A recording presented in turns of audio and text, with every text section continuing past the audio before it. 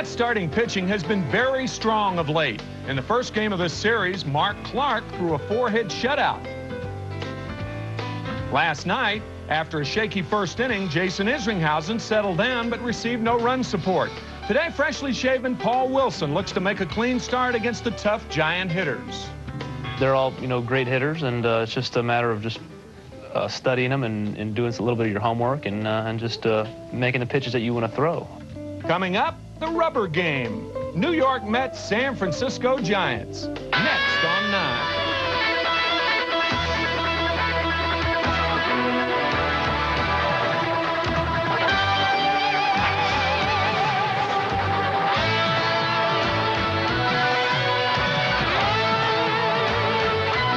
Live from Shea Stadium in Flushing, New York, home of the 1964 World's Fair.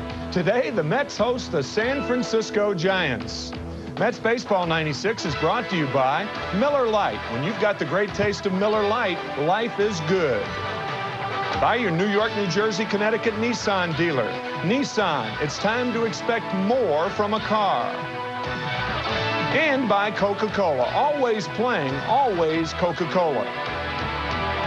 Rubber game of this 3-game series. Pitching for the Giants this afternoon, Allen Watson. Allen's record 5-4, a 3.88 ERA. And for the Mets, trying to get off the floor, Paul Wilson, 1-5, a 7.13 ERA. On a San Francisco day here at Shea Stadium, cool and windy, it's the New York Mets against San Francisco. The Giants, of course, playing the final game of this 3-game set.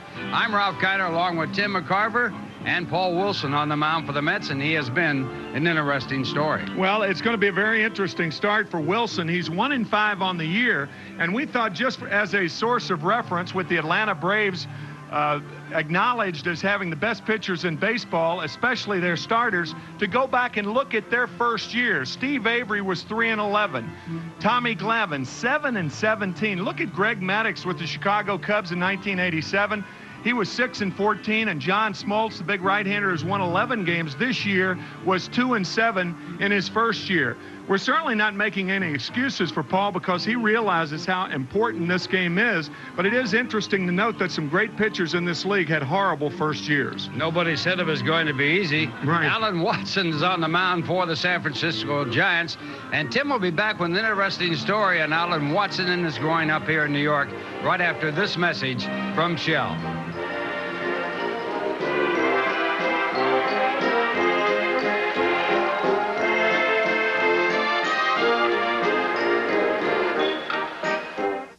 Now that Trivial Pursuit is free at Shell, road trips have certainly gotten interesting. Who wrote A Midsummer Night's Dream? Shakespeare? Get a free Trivial Pursuit minigame at Shell. What bird can swim but not fly? Penguin? Oh, yeah. With 4 games to collect, the fun may never end. What folk legend had a blue ox named Babe? Paul Bunyan? Trivial Pursuit, free at New Jersey Shell Station. One way or another, I'm gonna find you. I'm gonna get you one way or another. I'm gonna win you. I'm gonna get you. If you've avoided paying your New Jersey state taxes, time to come clean. For a limited time only, we're offering tax amnesty. No penalties, no interest, no kidding. For more information, call this number, because sooner or later, we're gonna get you. Take you one way or another. Io c'ho molto tempo di Mona Lisa. Io c'ho molto tempo di Mona Lisa. Pardon, vous me protégez? Pardon, vous me protégez? Good. This year's Dream Team is learning a few phrases in other languages to make the visiting teams feel more at home.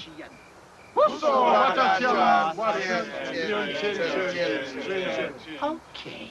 Sprite salutes their effort. Belle brique. Belle brique. Introducing a very special automobile.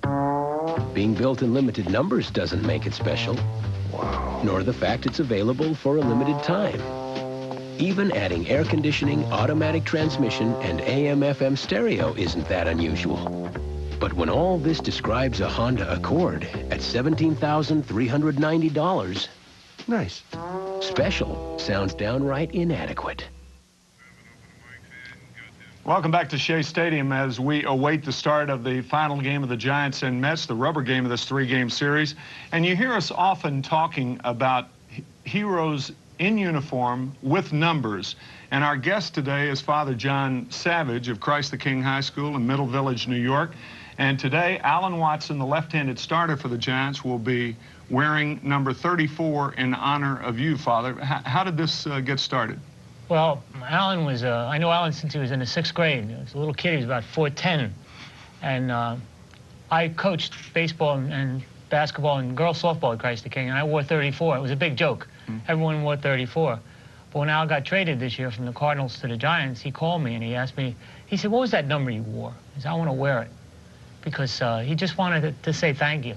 And that's how it came about. He was saying thank you to me and to so many other people who've been part of his life, you know. Well, you must have had a profound effect on his life.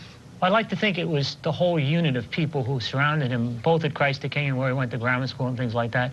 We've been blessed with some really great people who've taken the time. I know Bob Oliva, who was his coach in basketball and baseball, was instrumental in Alan's life and really went out of the way to make him feel good and to elevate his self-image. And still does in a lot of ways. You know, he has a bad day and things like that. He said in the article in the New York Daily News today that he was a bad boy. Would you credit? Father Flanagan said there's no such thing as a bad boy. Do you subscribe to that? No, I agree with Father Flanagan. Alan wasn't a bad boy. Alan just had to get things on track. He didn't do anything that any normal young man wouldn't do. But he was just a special type of kid. You could always see, because of the backing of family, his openness to other people, that there was a lot of possibility there. You've been at Christ the King how long? 23 years. What has changed as far as the young people are concerned there in those 23 years? I think I've seen a kind of mellower kid really develop into, you know, looking to the future and really having a good feeling about what they can do for themselves and for other people. I think it's something good. I don't think we can sell youth short. Youth made for not for pleasure, but for heroism, someone said. Well, Father John Savage with mixed emotions today. Alan Watson starting. The Mets are trying to get on track. And we'll be back for the start of today's game right after this from McDonald's.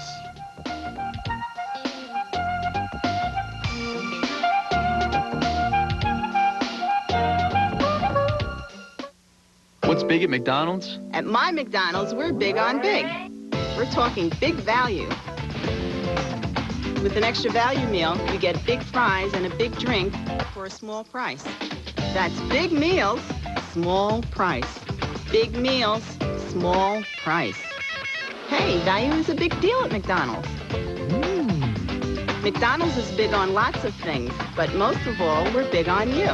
McDonald's, the official break of the Olympic Games. I just got a promotion and a cellular phone. Because my little brother got one too. Not that I'm competitive. I got the big calling plan. I got a local plan. My job's more focused.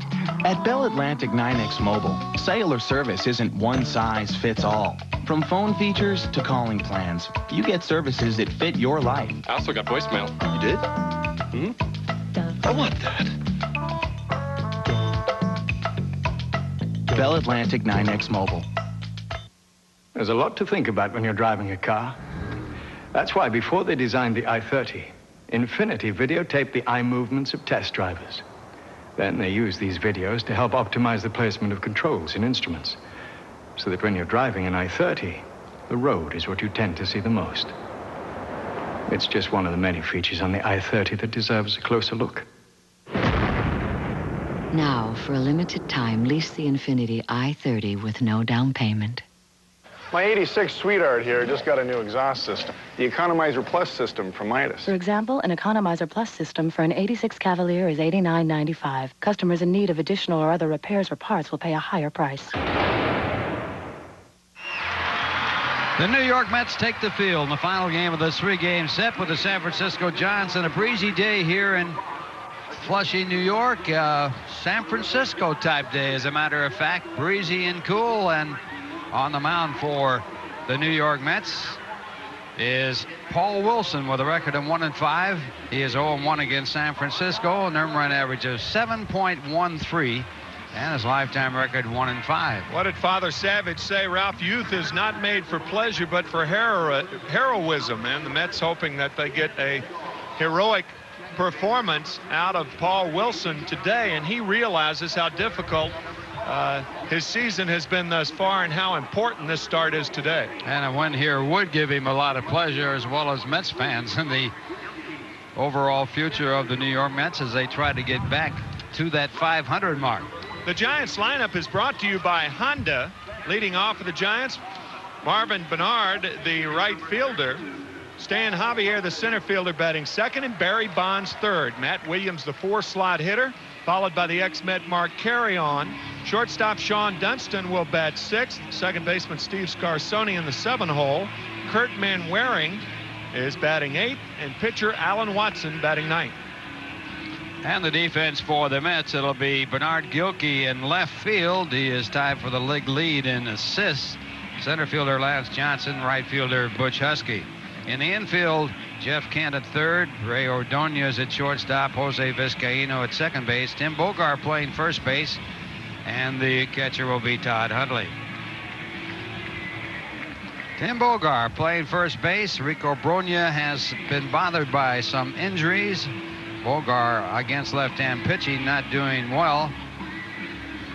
And he has been in a 2-for-18 slump against left-hand pitching, hitting 138. So the right-hand batter, Tim Bogar, will be batting in Bogar's position. Dusty Baker, the manager of the San Francisco Giants, former great player for the National League, and managing for the New York Mets, Dallas Green, and a former pitcher in the major leagues. Dallas Green at one time pitching for the New York Mets.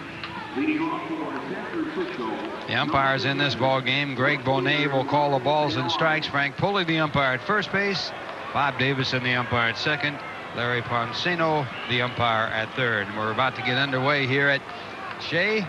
Mets will be playing the Dodgers in the next series, playing Friday, Saturday, and Sunday against the LA Dodgers. The Giants, with a record of 26-24 in third place, 5.5 games back of the San Diego Padres. And the first pitch, strike one, as the leadoff batter, Marvin Bernard, will take it underway. Bernard 309 for the year. And this ball hit hard to third. Kent with a good stop, a good throw, and a good out. Fine play by Jeff Kent. Made that much more difficult because of his original positioning. Third baseman has to respect the fact that a left-hander can run like Bernard. For that reason, Kent was playing shallow. Made this play much tougher. Fine play by Kent to open the ball game. So one away, and Stan Javier will be the batter. Stan hitting .252, 4 for 8 in this series, 1 home run, 7 runs batted in on the season. And his father played with Tim McCarver with the St. Louis Cardinals. The first pitch, a called strike. Julian Javier was as good as they come in making the double play. Bill Mazeroski and Javier really set the standards in the 60s for making double plays. And that 1964 team, a World Series contestant. 1967 also a World Series contestant, with his dad playing at second base. As a matter of fact, Hooley did not play in the 1964 series. He had a rib cage pull, and Dal Maxwell played second base. But he was very prominent in the 67 series when the Cardinals beat the Red Sox in 7 games. And Stan Javier, named after Stan Musial, a teammate of his dad's. And there's the first hit of the ball game as Javier singles to left field. He's now 5 for 9 in this series. The minute you mentioned Stan Musial, a line drive is hit. Funny, huh? Funny how that works. So a runner at first base, and Barry Bonds the batter. Barry hitting .280 in the year, 17 home runs, 48 runs batted in. He's tied for third in home runs in the National League, and is number 3 in runs batted in.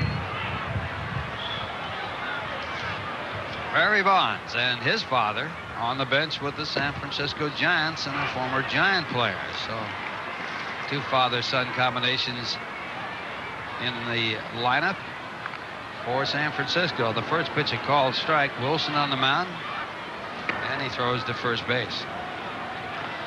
Bonds 8th in slugging in the National League. He's 4th in base on balls and 3rd in runs scored.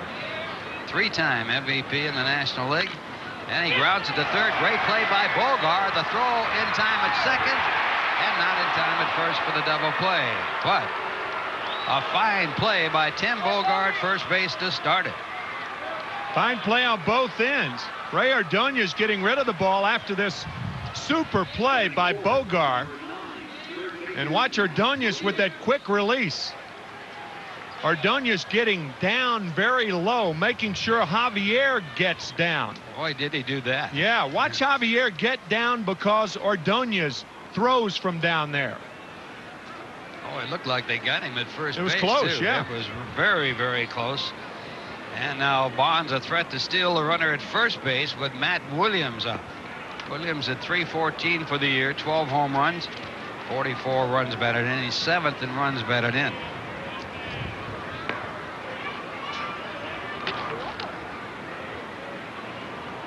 Barry Bonds with 12 stolen bases and 12 attempts. 2 men away, top of the first inning underway here at Shea. Ralph, I think that play by Tim Bogart, and we talk about it so often, how the first base position is made for a left-handed thrower.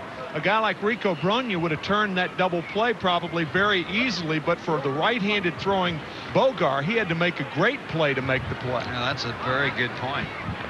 It is a left-handed thrower's position at first base, although there have been some great fielding first basemen that have been right-handed. One comes to mind very quickly, who was a manager of the Mets, Gil Hodges. Big Power. Big Power, a good one. Babe Dahlgren of the Yankees. This ball is deep to left field. The wind will blow it in. There's a strong wind blowing back from left field. And under normal circumstances, that ball would have been long gone. Yep. But it turns into an out. And the Mets see the Giants not scoring a run in the top half of the first. Here's a word from your local Chevy Geo dealer. So we take the new Blazer and get away from it all. Now, the funny thing is, everything we're getting away from, we take with us. How can a four-wheel drive that costs so little hold this much? Chevy Blazer's only $329 a month with no down payment. And it's got the works. Air, automatic, anti-lock brakes, plus only Blazer has a driver control system. All the easier to get to the nearest video store. So for $329 a month and zero down, I get the mountains and Wolfmongers Part 2.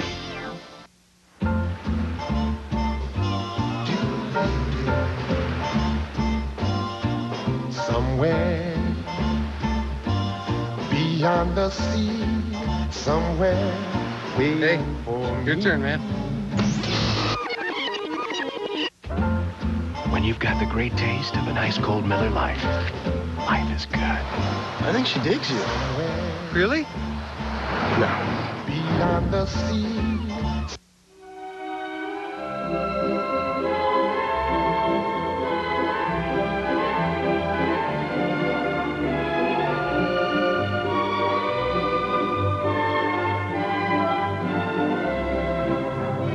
Maybe it's time for a luxury sedan a few more people can turn to. Toyota Avalon. We've just lowered the cost of living it up.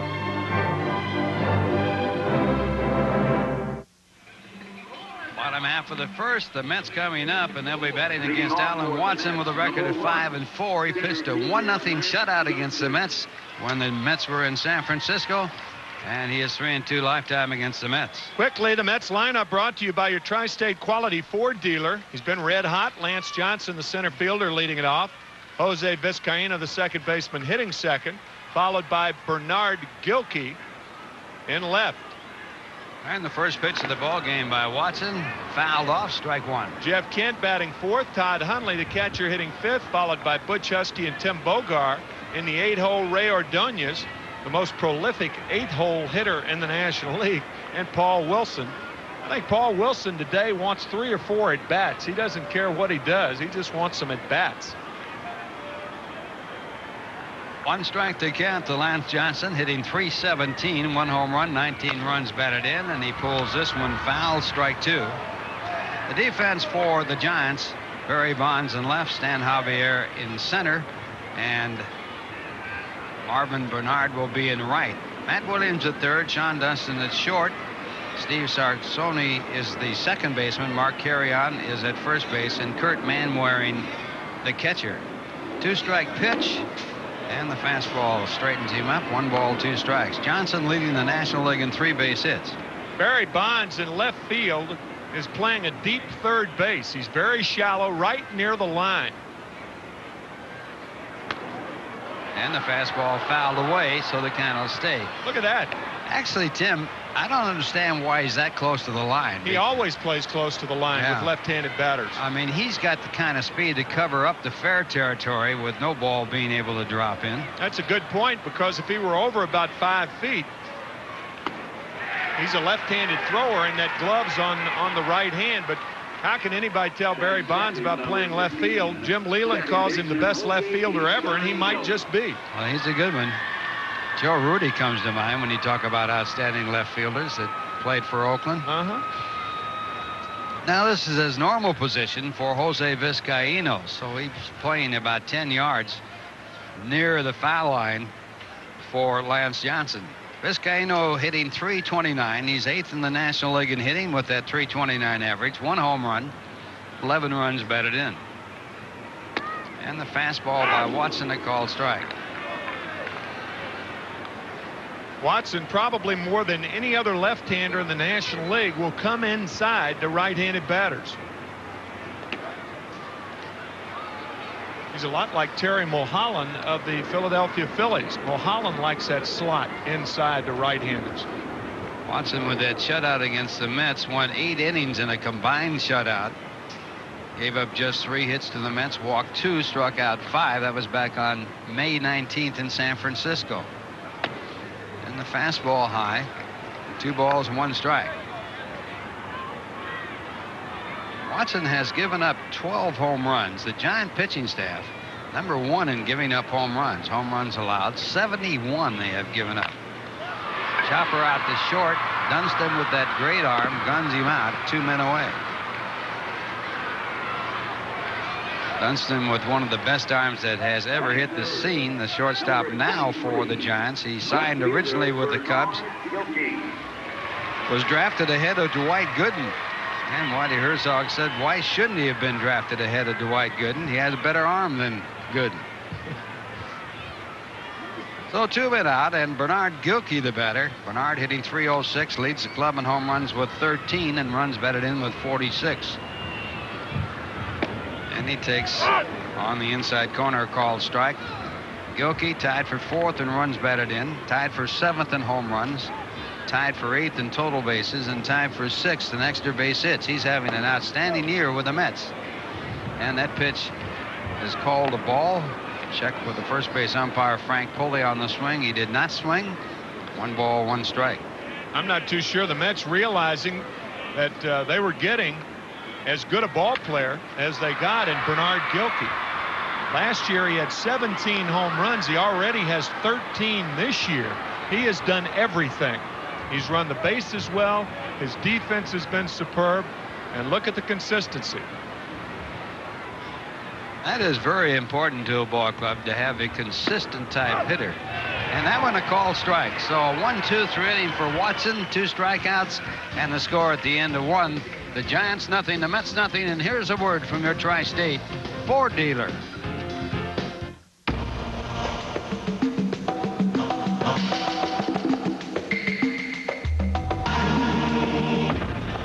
$199 a month for 24 months with $19.25 down.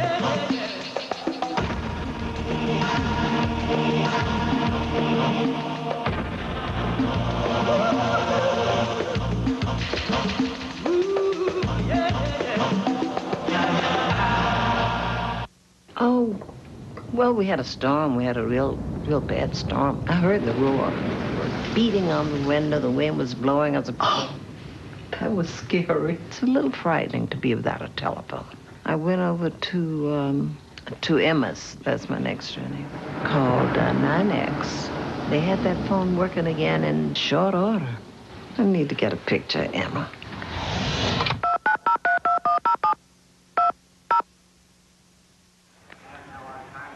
Hey, kids, don't miss Pizza Hut Bat Day on Sunday, June the 9th. All fans 14 and under attending the 140 Mets Marlins game will receive a regulation Little League bat, courtesy of Pizza Hut. Well, what a nice gift that is. Plus, kids can run the bases after the game. So we want to see all the young fans on Sunday, June the 9th, on Pizza Hut Bat Day. For tickets, call 718-507-TIXX during business hours, or you can stop by the Mets clubhouse shops. We're going to the top of the second inning. Barry Bonds, one of the great players in the game today, and the son of Bobby Bonds, and he grew up with the era of the Willie Mays San Francisco Giants. Interesting comments in the Post this morning. An article written by Tom Keegan, a very good article, talking about Sean Dunston and his remarks about Barry Bonds. We'll try to go over them. Don't often see as candid remarks one teammate by another. And the batter is Mark Carrion, the former Mets player, and he swings at the curveball and misses strike one. Carrion hitting .261, 7 home runs, 34 runs batted in. Last year, as a regular player coming into his own, he always has said that he wanted to be a regular ball player, playing in most of the ball games. He had been used mainly as a fill-in and a pinch hitter, and an outstanding pinch hitter. 2 balls, 1 strike to Mark Carrion. His dad also played in the major leagues, a catcher. And this one popped up. Ordonez fighting that wind, and he has lost it, and it's picked up by Vizcaíno. That wind took that ball about 30 to 40 feet away from Ordonez, and that ball started out in the shortstop position.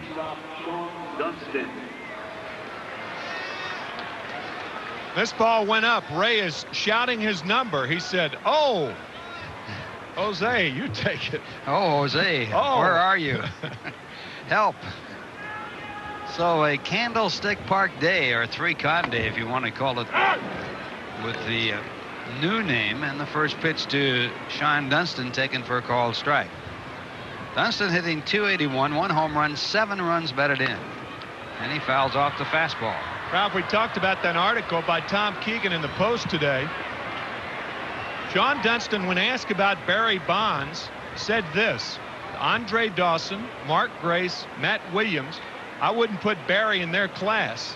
To me, those guys are better people than they are players. I wouldn't say that about Barry. There is more to being a baseball player than playing baseball. You have to be a gentleman, too. Andre, Grace, Matt Williams, those guys are gentlemen. Those guys are the players I would want my children to grow up to be like. Those guys are always the first ones to take a rookie out to dinner to laugh with him and tell a joke.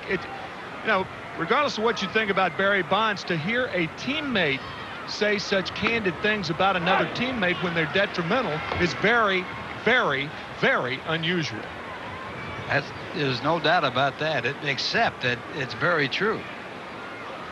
And the breaking ball outside, as we look at Steve Sarsoni, after Dunston was out on the swinging strike. Sarsoni hitting .231, 2 home runs, 10 runs batted in, and filling in for Robbie Thompson, who has a stiff neck and not in the starting lineup today. Sarsoni, a fine fill-in player, and he has struck out on a good fastball. So a 1-2-3 inning for Paul Wilson with 2 strikeouts, his first 2 in the game, and the score after 1.5. The Giants nothing, the Mets nothing. Now here's a word from Nobody Beats the Wiz. Memorial Day is coming. Here's something to remember. What do you want? All the home entertainment items you've been wanting are now on sale at Nobody Beats the Wiz. What do you need? 5 to 50% off selected items in every department throughout the store. That's easy to remember. What are you gonna do? Remember what you want and get to Nobody Beats the Wiz for the Memorial Day sale. What are you waiting for? This Memorial Day, remember, Nobody Beats the Wiz.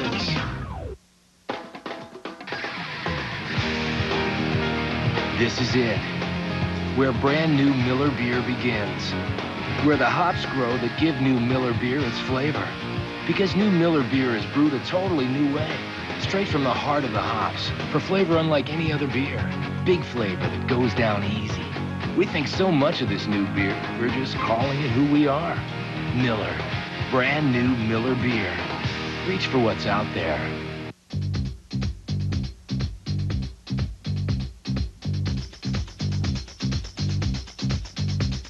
Love is in the air, everywhere I look around. This spring, Love isn't only in the air, it's also on the ground. Lease the Maxima GXE with automatic transmission for 0 down and $299 a month for 38 months. Love is in the air. The Maxima from Nissan. Love is in the air. A terrorist group takes an entire police precinct hostage. We could have a bloodbath on our hands. And only one cop can stop them, the Sentinel. Wednesday at 8 on UPN 9. To give you an idea of how objective Sean Dunston was in his remarks about Barry Bonds, he also said that nobody gives Barry the credit for being as intelligent as he is. He is a very, very smart player. Willie Mays, Bobby Bonds, Dusty Baker all had great things to say about Barry, but nobody was as objective as a teammate as Sean Dunston was. And now Jeff Kent will lead it off for the Mets. He takes the first pitch for ball 1. Kent hitting .263. He has 5 home runs, 22 runs batted in. Batting cleanup in this ballgame. And Alan Watson back with a fastball, a broken bat blooper into shallow left center, and it'll drop in for a base hit. So Kent gets the first hit for the Mets and loses a bat.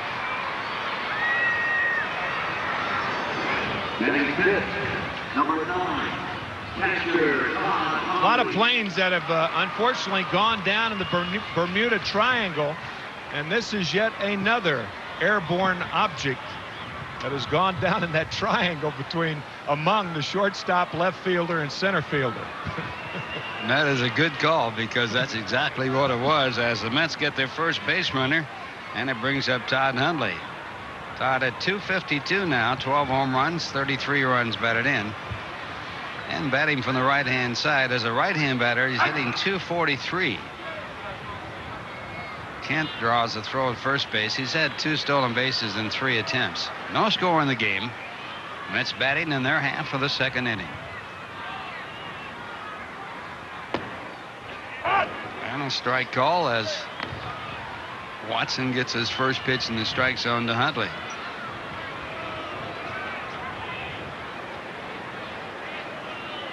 Watson with a lifetime record of 24-25.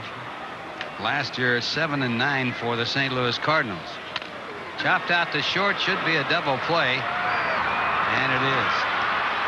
Dunston to Sarsoni and on to Mark Carrion for the double play that erases the base runner.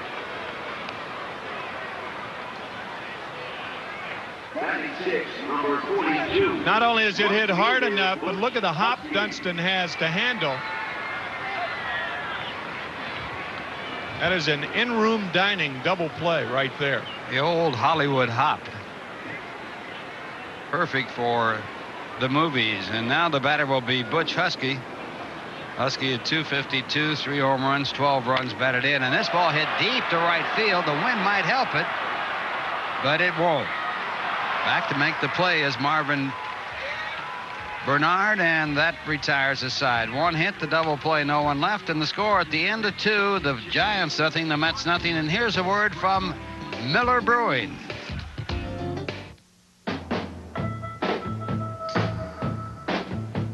You're making the move, finding your own place. Some things work, some don't. When you find what you want, you'll know it. Got that now in a brand new beer from Miller. New Miller is brewed a whole new way, from the heart of the hops, for flavor unlike any other beer. Big flavor that goes down easy. Brand new Miller beer. Reach for what's out there. You've come to Broadway, where every doorway leads to another drama or comedy. Tonight's tickets put you just rows away from a star you've seen only on a screen. Tomorrow, a cast of 60 will bring to life the songs you've hummed since childhood. There's magic on every Broadway stage. For your destination Broadway vacation, call 1-800-I-LOVE-NY. It's Mazda Jump on Summer. 0 down leases. Ends June 3rd. On Protege, 0 and 189. B2300 SE5, 0 and 199. 626. 0 and 209. Jump on it. 0 down. Ends June 3rd.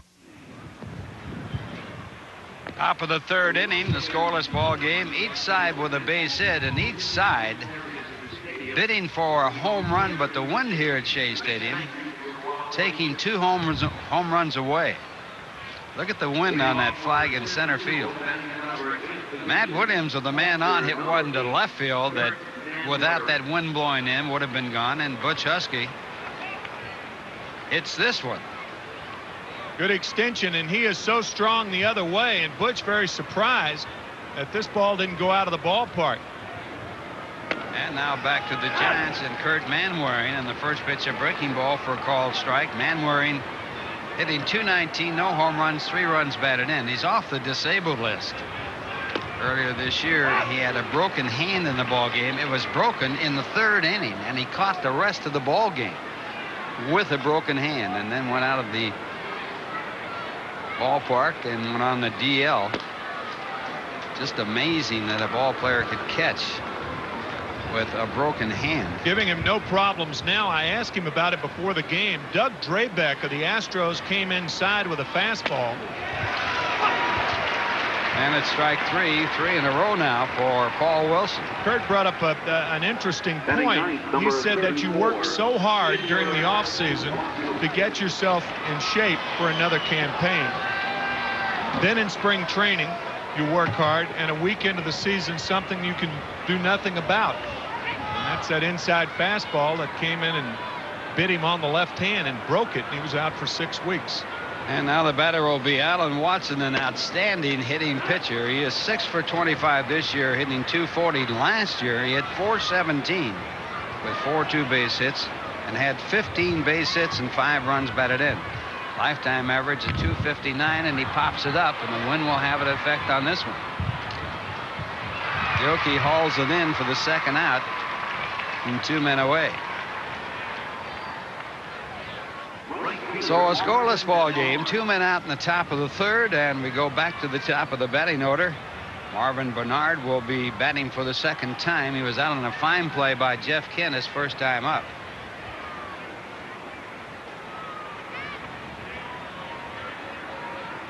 Bernard, one of 6 Nicaraguans to play in the major leagues. The first was Dennis Martinez. He grew up in Southern California. He moved to Southern California when he was 12 years old, but born in Nicaragua. Graduated from Bell High School in L.A. and originally selected by San Francisco in the 50th round of the June 1992 draft. Of the 6 Nicaraguans to play in the major leagues, only 2 have been regular players. The other 4 pitchers, and of course Dennis Martinez, an outstanding pitcher, is still pitching for Cleveland this year. And the count now 2-1 to Bernard, who is 5'7". 2-2.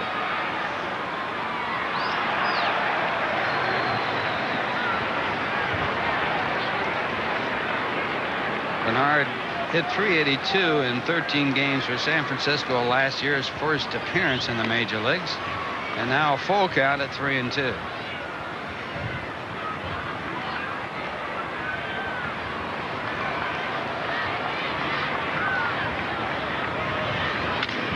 And a fly ball to left field, chasing Gilkey back to the warning track, and it is over Gilkey's head. He was playing a shallow left field, and rightfully so, with the wind blowing in. And Bernard with a double.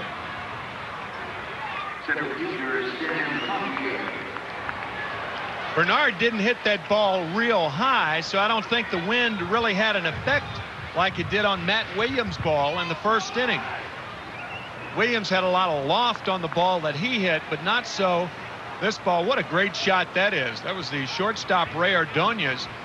And you're right, Gilkey should have been shallow because of the wind, but unfortunately it didn't have enough hang time for the wind to affect it. Second hit for the Giants in this game, a runner in scoring position with 2 men out, and Stan Javier, the batter. And Stan had a base hit his first time up.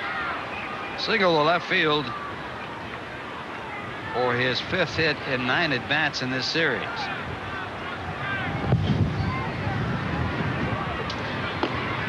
the first pitch by Wilson. Ball 1.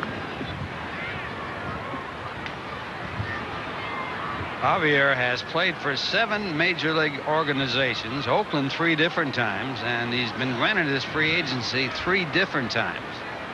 So he has moved around as he fouls off that pitch. 1 ball and 1 strike. Oh boy, Todd Hundley looked like he got one off the left forearm or left hand. Now that left hand is exposed from the base of the thumb. I guess you could say the heel of the hand is exposed, and it looked like Todd may have gotten a foul tip off the bat of Javier on that left hand. It hit the back of the hand, Todd breaking the bone on his right hand last year. Kind of skittered up the left forearm. And the guys wonder why catchers don't hit for high averages, and that's really one of the reasons. Too beaten up.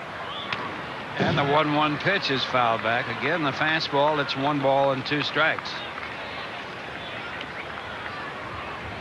You could see how, you know, with that one-handed catching, Todd Hundley's father, Randy, the first to do that, but you can see how catchers handle that glove with that hand out, the heel of the hand exposed, almost like a first baseman's mitt. 2-2. Ironically, Johnny Bench has been credited as being the first of the catchers to catch one-handed because of the make of the glove and the way it's designed, but it was Randy Heatley. Yeah, Randy did it first. He did it first.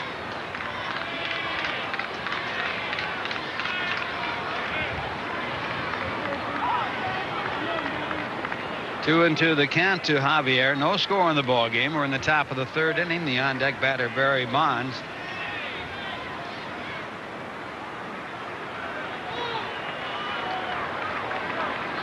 And Paul Wilson back with a 2-2 pitch, and it is low and inside. A good play by Heatley to keep it from being a wild pitch, and it almost hit Javier.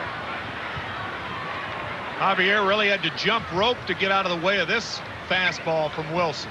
Nice play by Todd Hundley. Well, the technique that Hundley uses here is outstanding.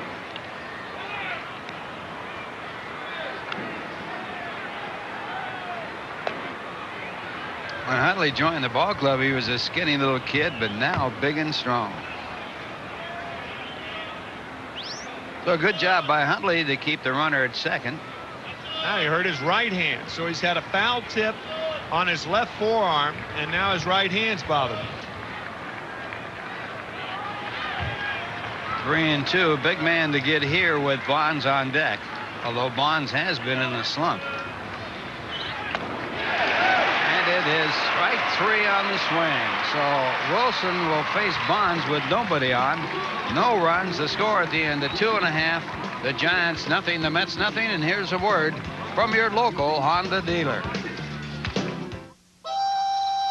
There are some people who believe a well-equipped Honda Passport LX might be out of their range. But now that you can lease one with an automatic transmission and 4-wheel drive for only $249 a month, it makes the Passport perfect for wherever that range may be. Lease a 96 Passport LX for only $249 a month for 30 months and a $2,000 down payment. Only from your Honda dealer.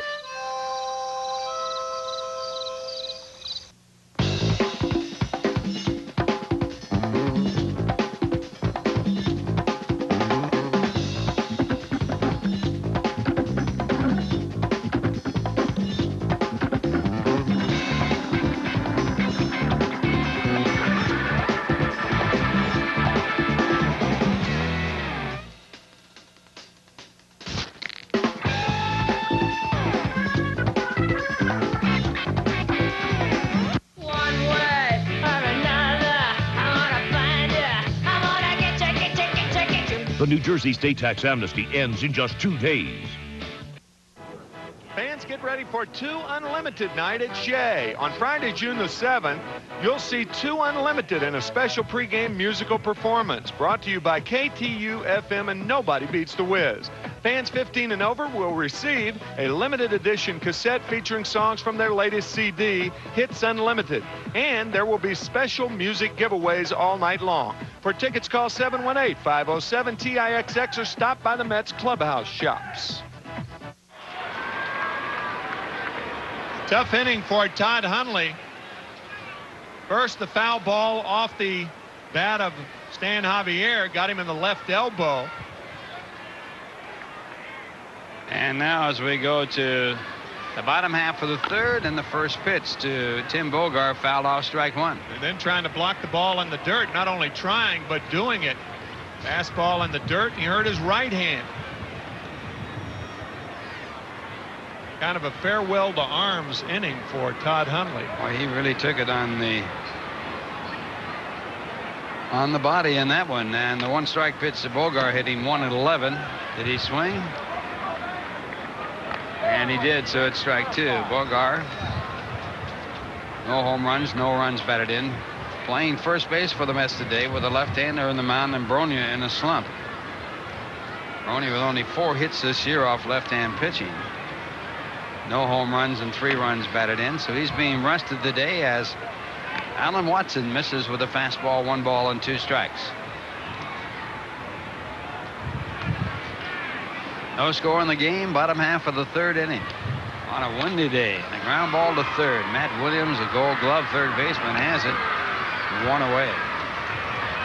Ralph, I talked to Rico Bronya before the game, and he will be getting another cortisone shot in his right shoulder. He had a cortisone shot about 5 days ago. It was into the bursa sac, but this one will be in the joint, and everybody knows, connected with baseball, how pleasant a feeling that is. Man. And the batter coming up for the Mets, Ray Ordonez, hitting .319 with no home runs, 10 runs batted in. And Ray goes after the first pitch and chops it out to third again. Matt Williams, and again, the out at first base. Ordonez, one of the top rookies in baseball, most hits and highest batting average of any rookie this year. And there's a book that's just coming out, a biography of Hannes Wagner, who was considered to be the greatest shortstop that ever played. And I'd like to mention this book in case you'd be interested. Dennis de Valeria and Jeannie de Valeria combining to write this book on Hannes Wagner. And I have been able to read it, and it's been an outstanding book on a great ball player. Fly ball to right by Paul Wilson, and the Mets go quietly 1-2-3 in their half of the third. So after 3, no score, and here's a word from Miller Brewing.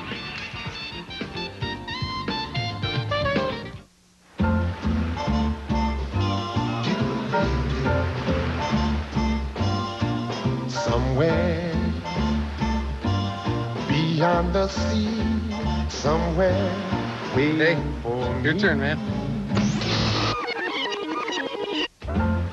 When you've got the great taste of an ice cold Miller Lite, life is good. I think she digs you. Really? No. Beyond the sea. Seems like whatever you do, you're charged for how much you use things. How long? How often? That's why 9X invented unlimited calling. No more watching the clock or waiting to call. With 9X, make any local or regional call without restrictions, unlike other calling plans. So make 1 million calls and never worry about the charges, because they're the same every month. Want to stop the meter? Call 9X. When I go round in circles, when they fly high like a bird up in the sky, when I go round in circles. As winter turns into spring, this could be turning into your driveway. Lease the Altima GXE with automatic transmission for 0 down and $239 a month for 39 months. When I go round in circles. The Altima from Nissan. Robert Urich is back with a vengeance as Lazarus Man, Sunday nights at 11. To continue that thought about the Hannes Wagner biography, it's put out by Henry Holden Company. And this is what Bob Bragg, Hall of Fame baseball writer, had to say. A pair of writer researchers have made old Holland's come to life in their detailed presentation of the player who might have been baseball's best ever. A salute to the journalistic double play of Dennis and Jeannie Del Valle, who have touched all the bases like the famed Flying Dutchman Wagner. And now for the play-by-play, Tim McCarver. Barry Bonds swings and misses at a changeup. 0-1 to Barry. On a fine play by Tim Bogar, he hit into a fielder's choice his first at bat. Giants 3-2 against the Mets, with Barry Bonds only 2 for 19 against New York this year. Inside and low, 2 balls and a strike to Barry Bonds. No score here in the 4th inning.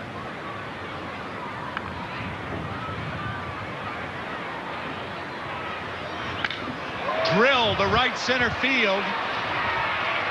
At least 2 bases. And Lance Johnson hurries it back into the infield. So Barry Bonds with a hit to lead off the 4th inning. A rocket to right center. Third baseman Matt Williams. Don't see many better swings than this. Probably never. Chokes up in the bat. He has that short stroke, and he can just drill that ball. That was a line shot to right center field. And this is the pitch. Fastball right in his wheelhouse. He's got a big wheelhouse, too. And he's at second base with nobody out, and Matt Williams the batter.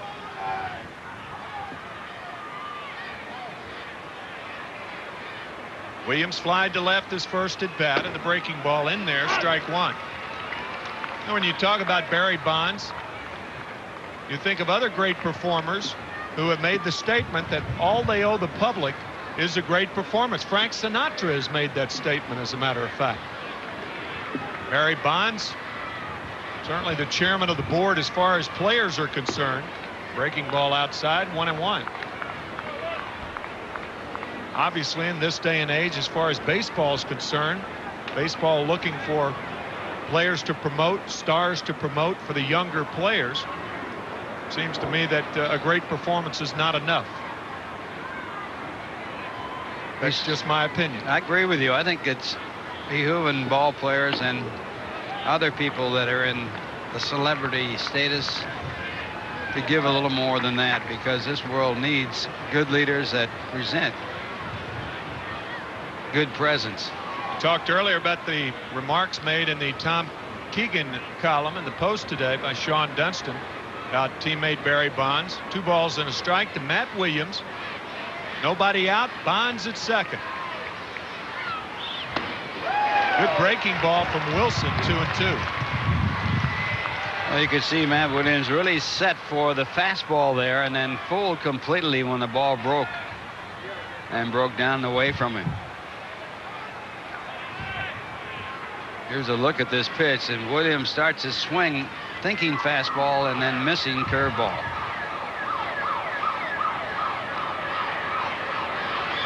Got him with another one. 2 breaking balls gets Matt Williams. 1 out here in the 4th. I think 5 strikeouts now for Wilson.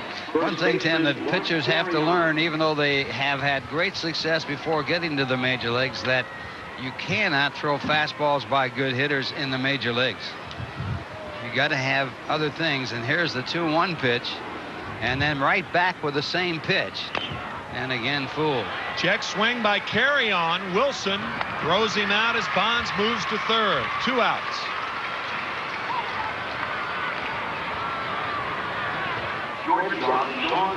If you're going to throw that fastball by a major league hitter, and especially a good major league hitter, you have to set it up with something else.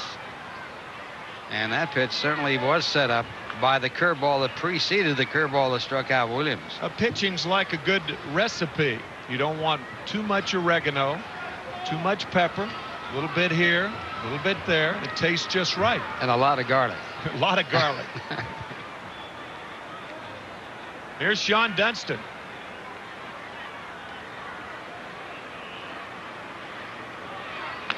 Breaking ball, foul back. That was a hittable pitch. Dunston, a strikeout victim, his first time up.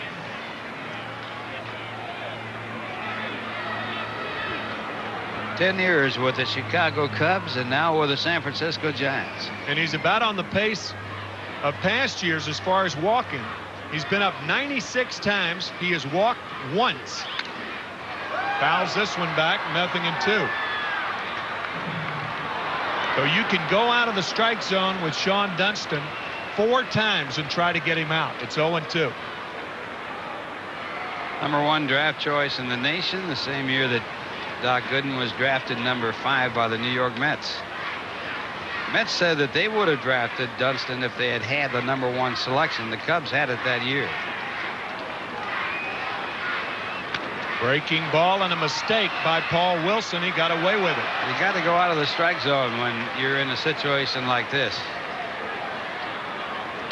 This is a hittable fastball right here. Make it a slider. Hittable slider. Ball was up and very hittable.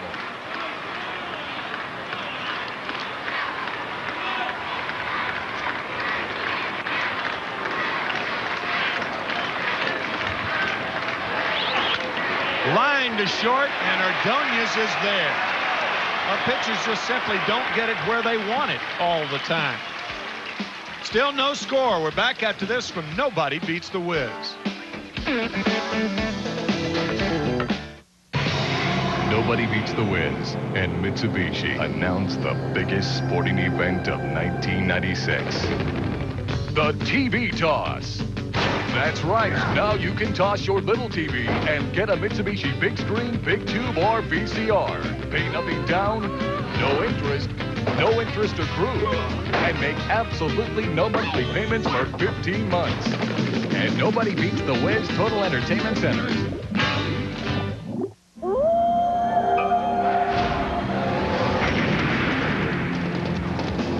With its available 183 horsepower engine, the all-new 4Runner is so rugged it can take you far from civilization. Which is ironic when you consider that with its immense, well-appointed interior. Civilization is never all that far away. The all-new 4Runner from Toyota. What's big at McDonald's? At my McDonald's, we're big on big. We're talking big value. With an extra value meal, you get big fries and a big drink for a small price. That's big meals, small price. Big meals, small price. Hey, value is a big deal at McDonald's. McDonald's is big on lots of things, but most of all, we're big on you. McDonald's, the official break of the Olympic Games. No score. Bottom of the 4th inning. This game is brought to you by Nobody Beats the Wiz Total Home Entertainment Centers. And by your Tri-State Toyota dealer. I love what you do for me. Toyota. Tim McCarver, Ralph Kiner on a cool, sun-shining afternoon. High of about 70 degrees. You wouldn't know it in the shade, however. A windy day. Alan Watson has pitched 11 straight scoreless innings against the Mets this year. He had 8 innings of shutout work at Candlestick. The Mets lost that game 1-0 with a save by Rod Beck. And Lance Johnson leads it off, trying to do something about that, and he takes ball 1. See that number 34, if you didn't catch our pregame conversation with Father John Savage of Christ the King High School, Middle Village, New York. Johnson taps towards short. Dunston, easy play with that arm, 1 out.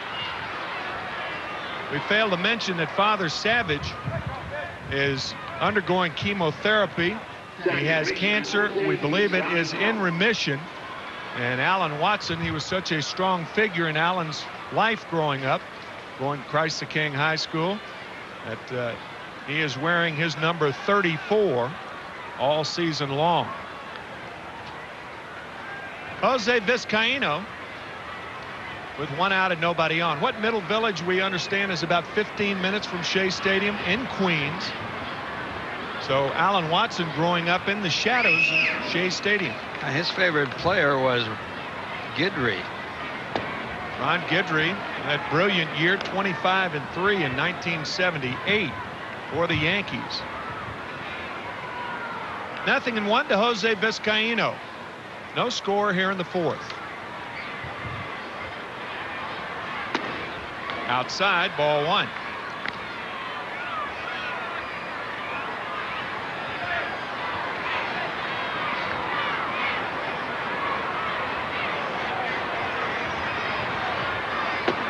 Low, ball 2. 2 balls and a strike. Watson has walked no one.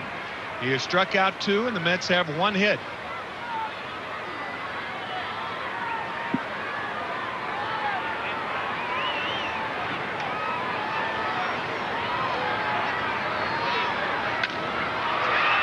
Fastball hit to right field. Over is Bernard to make the play.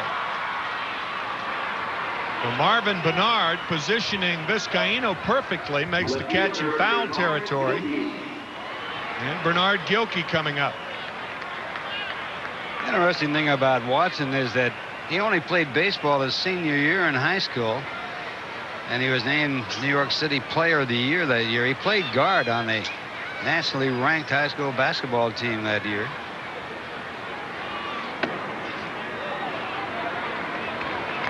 Inside with a slider. Gilkey struck out his first time up.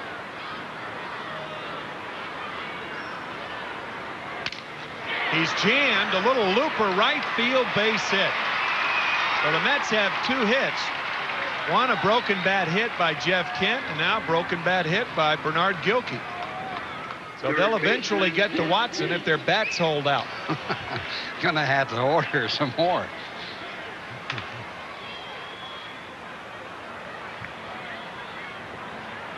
Watson originally selected by St. Louis in the first round of the June 1991 draft, 21st in the nation. He was an outstanding hitter.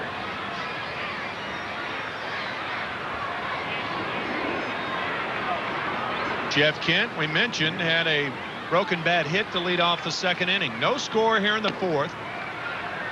And the changeup from Watson, swing and a miss. 0-1 to Jeff Kent. Jeff Kent joined the Mets in 1992, late August. And he was traded with Ryan Thompson for David Cone. Mets decided they couldn't sign Cone. That's why the trade was made. And that also cleared the way that year for Ed Sprague to be a hero in the World Series when the Toronto Blue Jays played the Atlanta Braves. Also, David Cone, with the hired gunslinger reputation, it started that year in Toronto.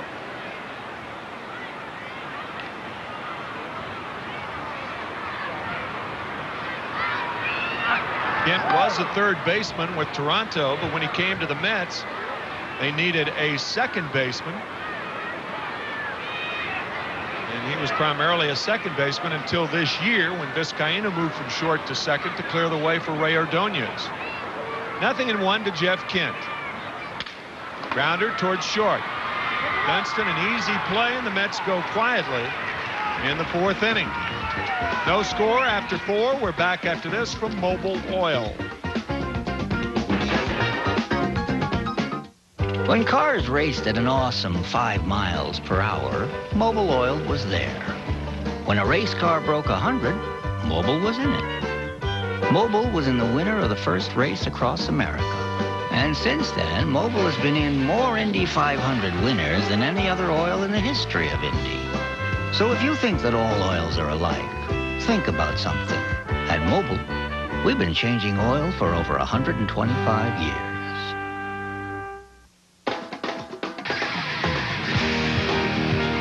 This is it, where brand new Miller beer begins. Where the hops grow that give new Miller beer its flavor. Because new Miller beer is brewed a totally new way. Straight from the heart of the hops, for flavor unlike any other beer. Big flavor that goes down easy. We think so much of this new beer, we're just calling it who we are. Miller. Brand new Miller beer. Reach for what's out there.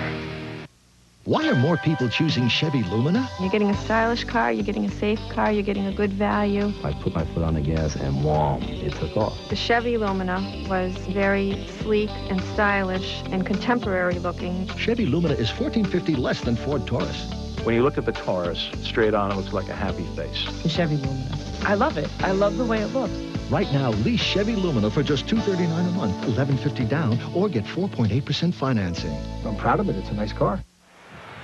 No score, Giants and Mets. Mets have won 2 out of 3 games. They beat San Diego on Sunday 1-0. Mark Clark with a great performance on Tuesday night. 7 innings of shutout ball. Doug Henry got the save in that game, and then the Mets losing 4-2 last night. So I guess on the good side of the ledger, the Mets have scored 7 runs in 3 games and won 2 of them. They haven't scored here, nor have the Giants, and Steve Scarsoni, the second baseman, will lead it off for San Francisco.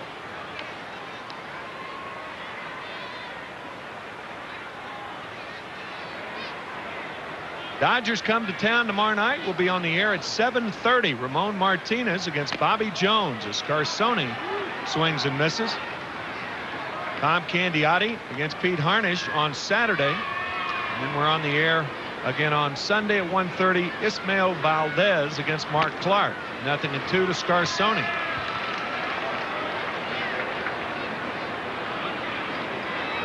Scarsoni was instrumental in winning the ball game for the Giants against the Cubs with a squeeze bunt put on by manager Dusty Baker. And amazingly, Tim, as you look at the strikeout, that's only the 3rd time that Dusty Baker has used the squeeze bunt in his managerial career with the Giants. Sort of like Davey Johnson. Davey didn't like that squeeze bunt. Davey now down in Baltimore. Both managers very selective in their use of the squeeze. Kurt Manwaring pops up the first pitch, a slider, huddling near the dugout, and he's waved off by Bogart.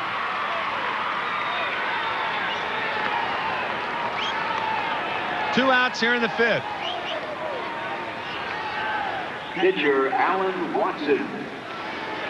Last 3 starts, 11 base on balls, but none in this game. And he's got 6 strikeouts already in this ball game. Statistics can not tell the whole story, but often if you look at a pitcher's walk and strikeout ratio, it does tell a story, and Wilson's no different. He came into this game walking 32 and striking out 40. It's slightly less than 1-to-1, and that is a bad sign. But today, as you pointed out, Ralph, 6 strikeouts and no walks. 0-2 now to the pitcher, Alan Watson. His background with just 2 years in the minor leagues did not show any wildness, and of course in college he was outstanding and had outstanding command. But the pressure is different in the major leagues, and you got hitters out there that can take advantage of your mistakes. Breaking ball outside, 2-2 now to Watson. You think you have to do something differently because of major league hitters, when in effect they want you to do exactly what you've been doing. And he continues in the 5th inning with that formula. 6 in a row now, retired by Wilson. We go to the bottom of the 5th right after this from your Tri-State Toyota dealer.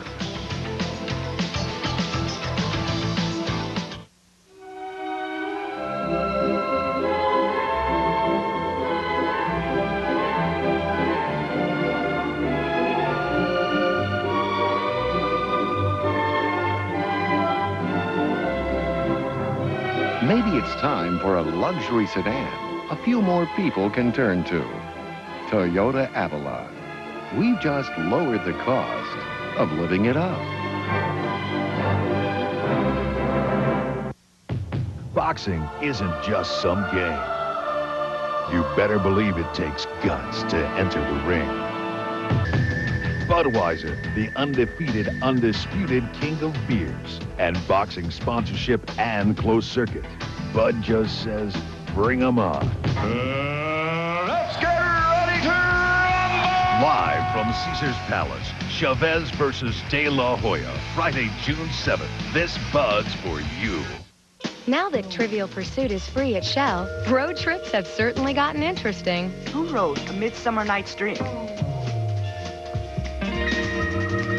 Shakespeare? Get a free Trivial Pursuit minigame at Shell. What bird can swim but not fly? Penguin? Oh, yeah. With 4 games to collect, the fun may never end. What folk legend had a blue ox named Babe? Paul Bunyan? Trivial Pursuit, free at New Jersey Shell Station. Get a megabyte of fun. Yeehaw. With the coolest program around. Yeah. Yeah. Step by step, all week long. Weekdays at 6 on UPN 9. This is the longest in his career, his short career, mind you. And Paul Wilson has started the game with 5 shutout innings as Ralph Kiner comes back in for the play-by-play. So Paul off to a good start as the ball game is tied up at 0. Checking out our National League scoreboard and other games, a bobtail schedule. The Dodgers against the Phillies. And our Toyota American League schedule, the Indians against the Brewers, Detroit against the White Sox, and Boston against Seattle. So an abbreviated schedule for today's action here on the 30th of May. Todd Hundley will lead it off. Todd grounded into a double play his first time up. Alan Watson on the mound for the Giants. And the first pitch to Huntley, ball 1. Watson has been on top of his game. He has allowed 2 broken bat base hits, and he has struck out 2. They both came in the first inning, and that pitch is strike 1 ball, 1 strike. Watson made his major league debut for the St. Louis Cardinals in 1993, and he won his first 6 decisions. Then he promptly lost his next 7, and this ball to deep short. The great arm won't get it. Ball just by Williams, fielded by Dunston back in the outfield grass, and Dunston to show off that cannon, but even though he fired it, it didn't get there in time. He didn't have a chance to get set. Going away from first base, tries to plan and throw. He does as well as he can, but Hundley with a rare infield base hit. If Williams can't come up with this ball, almost anybody's going to have a hit, and Hundley did. So the Mets get their leadoff batter on for the first time. They did that back in the second, but a double play erased the runner. And now Butch Husky, the batter. Husky flat out to deep right his first time up, takes the curve for ball 1. 6th game between the Giants and Mets. The Giants have won 3, the Mets have won 2.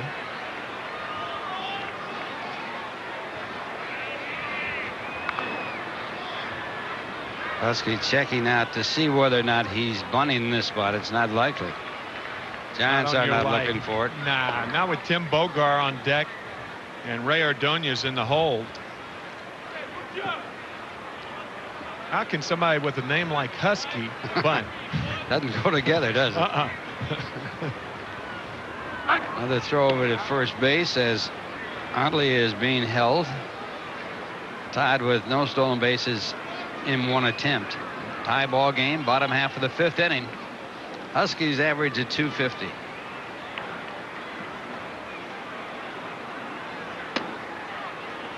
And that's ball 2. 2 balls, no strikes. Ideal hitting situation right here. Look for the ball in your spot, and if you get it, drill it. If not, even if it's a strike, take it. Got to be your pitch. The secret to hitting with the count in your favor. You pick the pitch. If you don't get it, take it. Only a short lead at first. And he's running a delayed steal now. The runner caught in the rundown. The throw to Dunston for the tag, and that will erase the base runner. That evidently was a hit and run play on a 2-0 count. Husky looked like he was trying to do something with the bat to put it on the ball, and the pitch way out of the strike zone. Everything the Mets have done offensively has backfired. It's got to be a hit and run play. We've talked about it. We don't agree on that 2-0, 3-1 count. There are a lot of managers who do it, however. But Husky doesn't swing, and Hundley is left out to dry. So the base runner erased, and the pitch is taken for ball 4. So a 4-pitch walk to Butch Husky. And the Mets again have a base runner, but this time with 1 man out. Yeah, instead of first and second and nobody out, the Mets with a man on first and 1 out. That'll bring up Tim Bogart.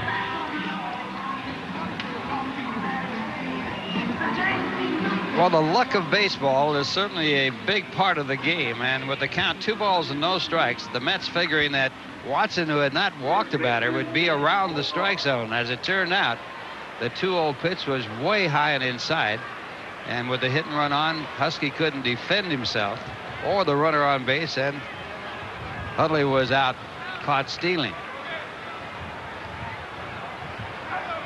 Throw to first base, and Husky, surprised by the throw over there, scrambles back. Bogart grounded out to third his first time up. Scoreless ball game, each side with 3 hits. A real pitcher's duel going on here at Shea. And Bogart takes for ball 1. 5 in a row out of the strike zone by Watson.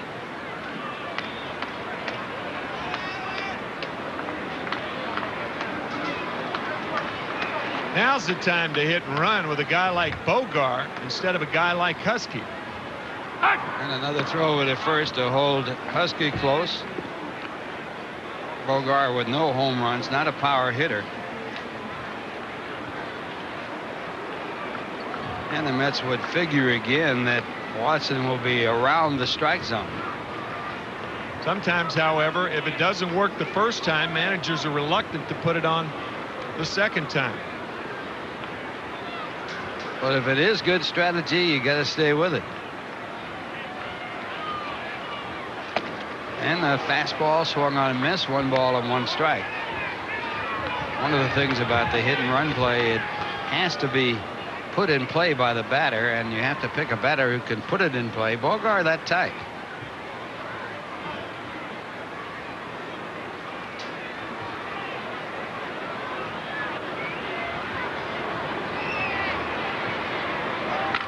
Grounded in the hole. Dunston will backhand it, go to second base, and not in time. And on the fielder's choice, the Mets have runners at first and second, and that probably will be a base hit. Has to be, really. And the Mets now have runners at first and second with 1 away. It's got to be a hit because Dunston's only play is to second base. Does all he can do, and Husky is safe on the play.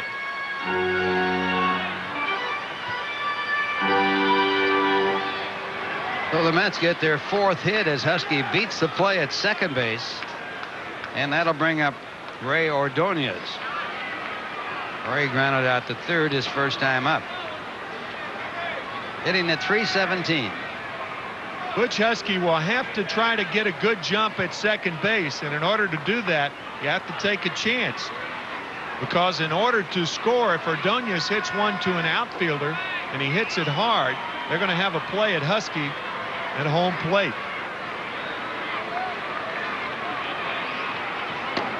Ordonez with runners in scoring position, hitting .379, and he takes ball 1.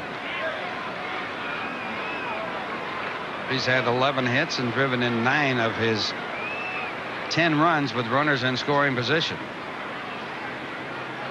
Mets trying to break a scoreless tie here at Shea Stadium. And it's popped up, an infield fly. The batter's automatically out. Runners can advance at their own risk, and the catch is made by Dunston at short. So the Mets still with runners at first and second, now with 2 men out, and the batter will be Paul Wilson, who is 2 for 21 in his major league career. He has driven in 2 runs.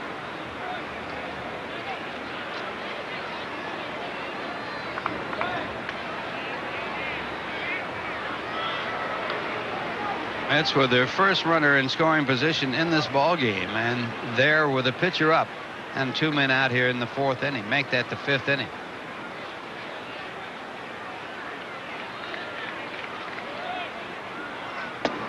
And strike 1.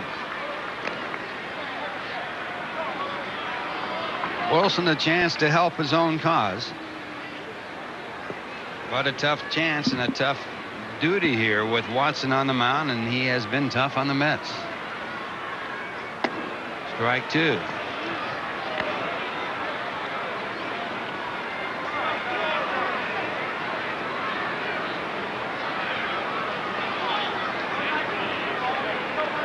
Outfield very shallow for the Giants. It'll take a lot of running by Husky to score on a base hit, but that won't happen as Wilson has struck out on 3 pitches, and that retires the side. The score at the end of 5. The Mets nothing, the Giants nothing.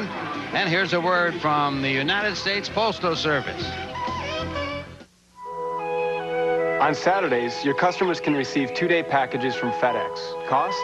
An extra $10. On Saturdays, your customers can receive 2 to 3 day priority mail packages from the U.S. Postal Service.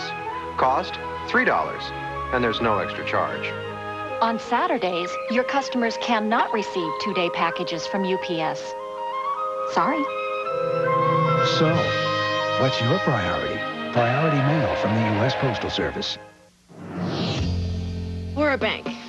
We're careful with money. We have 30 branches, 200 cash machines. a lot of telecommunications. So 9X made sure we did it right. The people were helpful. They were creative. Fiscally sound. They're helping us grow. Not with bricks and mortar. With virtual banking. Virtual branches. Out there where people want us. When people want us. You can bank without going to the bank. 9X knows our business. They know where banking's headed. They know that money does not grow on trees. It grows on branches. Dodge Viper GTS is the official pace car of this year's Indianapolis 500, which is appropriate since Dodge is also setting the pace on the streets. And right now, Dodge is picking up that pace by offering you a choice of $1,000 cash back or more, or low 1.9% financing on select Dodge cars, which could make Dodge the official pace car of your driveway. See the friendly Dodge dealer near you. Hello! At METS Baseball Heaven, the New York Mets Adult Fantasy Camp. It's worth it. Every penny. A day of baseball and in the tub. Don't get that on tape. Hi, Mom. You'll take to the field with former Mets players and coaches such as Meon, Jackson, Wine, Flynn, Stearns, Zachary, Howard, and many more. It's a 7-day season created just for you. For more information, call 1-800-898-METS. That's 1-800-898-METS for Mets Baseball Heaven. Top of the sixth and the top of the batting order for the Giants. It'll be Marvin Bernard, I should say, as the leadoff batter for the Giants. Marvin 1 for 2 in this ball game. A double over the head of Gilkey in left field his last time up, and the one-strike pitch stopped out to second. Vizcaino will have to hurry. He does, and he gets the runner at first. Hey, Mets fans, this break in the action is brought to you by Budweiser. Now's the time to enjoy that crisp, clean Budweiser taste. This Bud's for you. One away, top of the sixth. Paul Wilson on the mound for the Mets. He came in with a record of 1-5 that win against Cincinnati 5-1. He went 8 innings in that ball game and gave up only 3 hits. He's allowed no runs and 3 hits so far in this game as he works to Stan Javier. Wilson's best stint on the mound was against the Cubs in a losing effort back on May 3rd. He went 8 2/3 innings, gave up 4 hits, but the big hit, a home run by Sammy Sosa that bid him the ball game. He pitched the complete game in that game, but on the losing side. Struck out 10 against the Cubs. And this one hit off the hands to the first base side. Bogar at first base makes the play. 2 men away.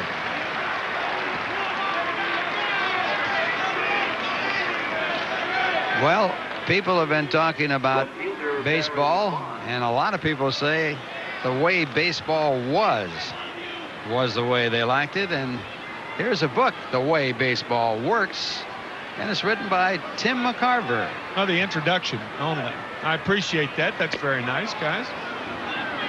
And the first pitch, ball 1. A lot of fun doing that in connection with the CD-ROM that's out by the same name. And Barry Bonds looks for ball 2. 2 balls, no strikes. Bonds with a double his last time up, 1 for 2. Way baseball works, and boy, it works a lot of different ways. Hard smash to first. Bogar, good backhand play. Wilson completes it. A 1-2-3 inning. And that is 9 in a row for Paul Wilson. The score at the end of 5.5 innings. The Mets nothing, the Giants nothing. And here's a word from your Tri-State Toyota dealer.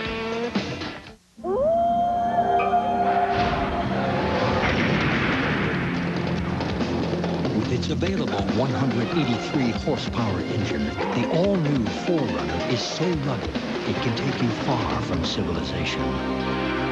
Which is ironic when you consider that with its immense, well-appointed interior. Civilization is never all that far away. The all-new 4Runner from Toyota. Guys, since I'm one of the old-timers on our team, I like to give you kids the benefit of my experience. So ask me anything you like. Hey, Franco, where's the best place to buy a TV set? Nobody beats the Wiz, of course. How about CD players? Nobody beats the Wiz. A cell phone? Nobody beats the Wiz. But guys, ask me a baseball question. Hey, John, what was it like to pitch to Babe Ruth? This week, find practically all of our home office equipment, from faxes to printers, on sale. Nobody beats the Wiz. Hey, where's the kids? It's just you and me tonight.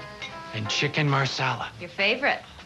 Oh, but it gave me heartburn last time. Not tonight. But it's too late for Pepsid AC. The package says you've got to take it an hour before eating to prevent heartburn. I know. Why should I have to wait an hour to eat? Forget that hour stuff. I got you Tangabit HB. It says it prevents heartburn in half the time. So I can take it now and not get heartburn? Yeah. I can't wait. Tagamet HB, advanced prevention of heartburn in half the time. Push! Yeah! Give me 2 more. That's it. No, that's not it. 1 more time. Get it in my... With 33% more carbos than Gatorade, it's Powerade. There is a guy right there in that cap who loves the squeeze play.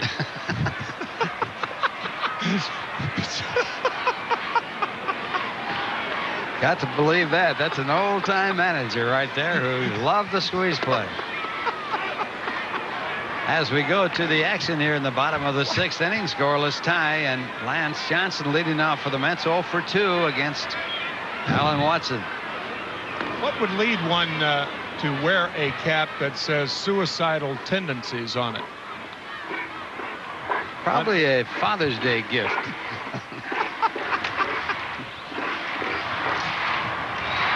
The ideal Father's Day gift. The 1-1 pitch to Johnson, chopped out in front of the mound, fielded by Watson, and a quick out. So Lance Johnson one away here in the bottom of the 6th inning. I understand it is a rock and roll band, huh? That'll bring up Jose Vizcaino as Johnson goes back to the bench. Mets have out-hit the Giants 4-3 with the Mets batting here in the bottom of the 6th inning. Scoreless ball game, a pitcher's duel per se.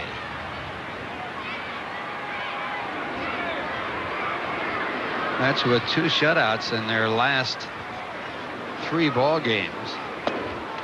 And Vizcaino goes after the curveball, strike 1. Jose 0 for 2 in the game.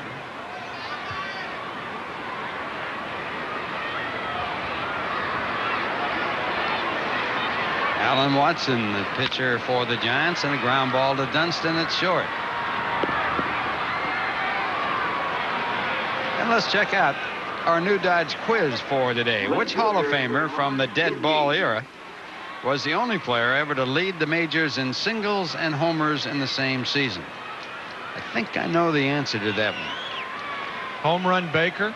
Home Run Baker? No, I won't pick him. Frank Chance. Fat Chance. Fat Chance, yeah. 2 men away. I'll let you work on that for a little bit as Bernard Gilkey comes up. Bernard 1 for 2 in the game. One of the 4 hits for the Mets, a broken bat base hit to right center field. Another hit going to Jeff Kent. A broken bat base hit.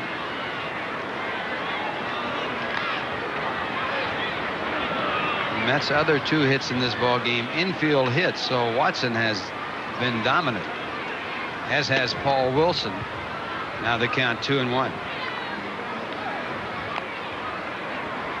Watson back on May 19th at 3-Con Stadium, pitching a 8-inning 1-0 shutout, and it was preserved by Beck, who got the save in that game. The 2-1 pitch. And it's topped out to the third base side, fielded by Watson. He gets the out at first base, a 1-2-3 inning, and 2 assists for Watson. The score at the end is 6. The Giants nothing, the Mets nothing, and here's a word from Budweiser. Few things could have prepared me for the horror that awaited me that day. Oh, how inhumane. It must be 110 degrees in there. We gotta do something. You, call 911. You, get a locksmith. Hang in there. The heat and light could easily trigger a degradation of flavor components. They'll all get skunked. Budweiser. Brewery fresh taste. Strictly enforced. After some quick thinking, disaster was averted.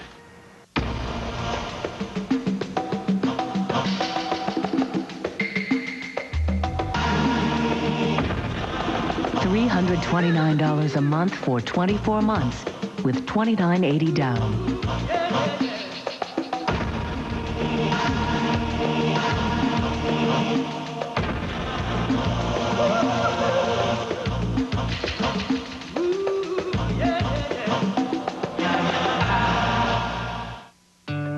You said it, we did it.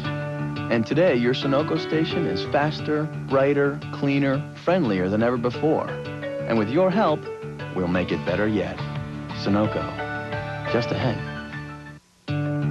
We know that some of you put more into your cars than others. And it's for you that we put Ultra 94 into the Sunoco pump. So if you want the highest octane, you know where to find it. Sunoco, just ahead. He's a rock star turned stalker the police can't touch, but Max Swift can. Swift Justice.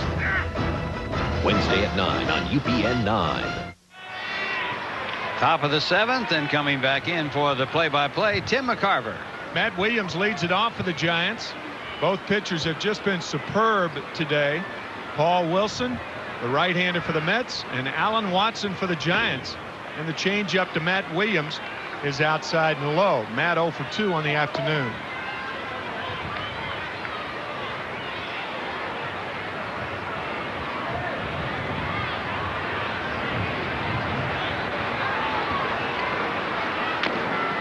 Hit foul, 1-1 to Matt Williams. Williams with 237 lifetime home runs for the Giants. Only Willie Mays with 646, Ott with 511, and McCovey with 469 have hit more home runs for the Giants. Change up, grounded toward third. Kent on the run, throws him out. 10 in a row retired by Paul Wilson. Well, our new Dodge quiz, which Hall of Famer from the dead ball era was the only player ever to lead the majors in singles and homers? You have it, Ralph. Right? I think I have it. Ty Cobb. Ty Cobb. Nice going.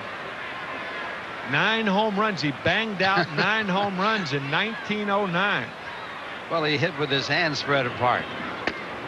Odd way to hit, wasn't it? That's right. How in the world to get any flexibility as Mark Carrion takes a slider, strike 1. But he used to slide his hands together as he'd take that home run swing. So he must have slid them together, as Dizzy Dean would have said, on 9 of those swings anyway. Well, it's a good thing he didn't slide his hands together like he used to slide into bases. Otherwise, he wouldn't have any hands. No hands. They'd be cut off.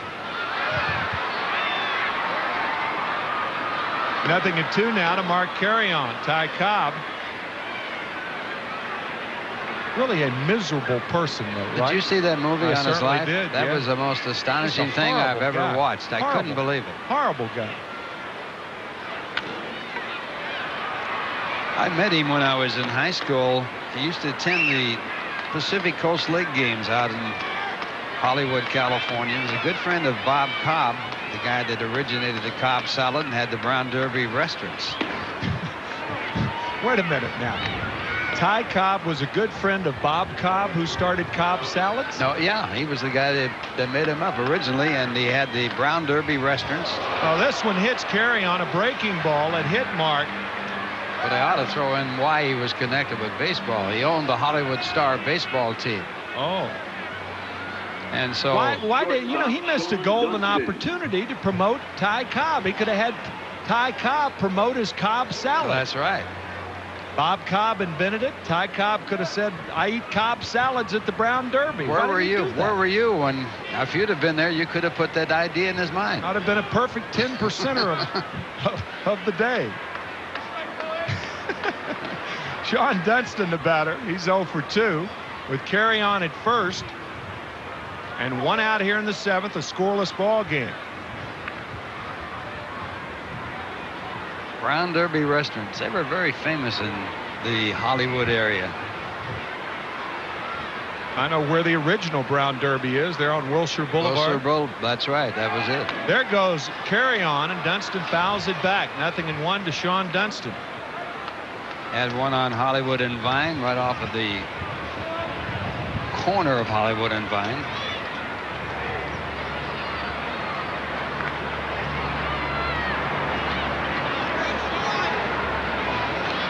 Only one team has had a runner reach as far as third base today. That was Barry Bonds when he reached third with 2 out in the 4th inning.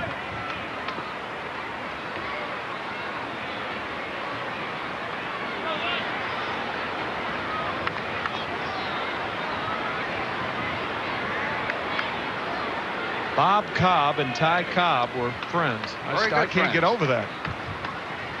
They might have even been related if you go back far enough. I doubt that. Actually, when I met Ty Cobb, he was very personable.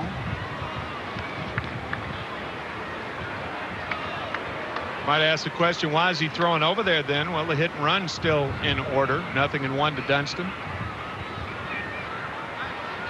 Paul is close to a balk with that move.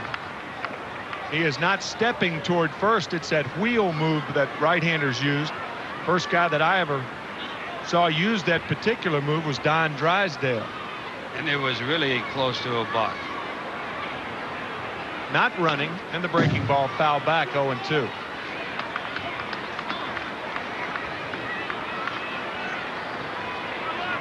Bob Davidson is second base. Unofficially is probably called more balks than any other umpire in the last 3 years. Balking Bob, they call it.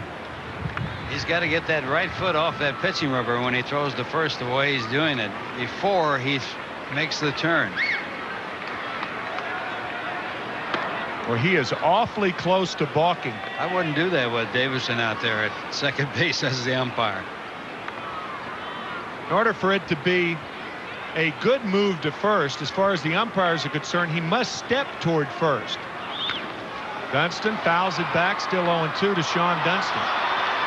Drysdale, when he made that move over to first base, and he had an excellent move, used to break the front knee. And technically, when you do that, you have to go home. You are deceiving the runner when you don't, but Drysdale had it down to perfection. Balking Bob at second. And Dunston pops it up. Could be playable. Hundley near the stands makes the play. 2 outs.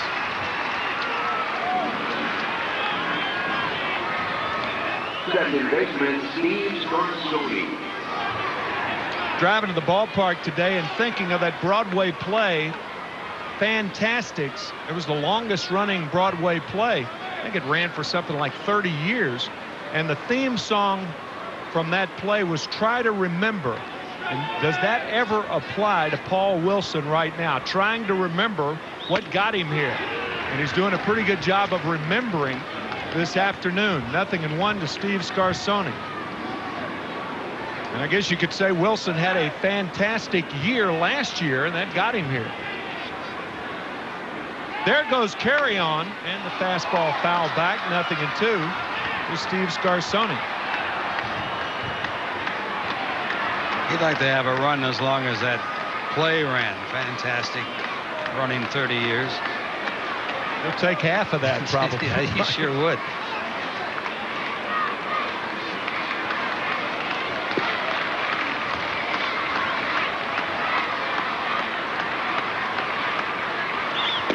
Breaking ball got him. That is 7 strikeouts now for Paul Wilson. No score after 6.5. And we'll be back after this from your New York, New Jersey, Connecticut Nissan dealer.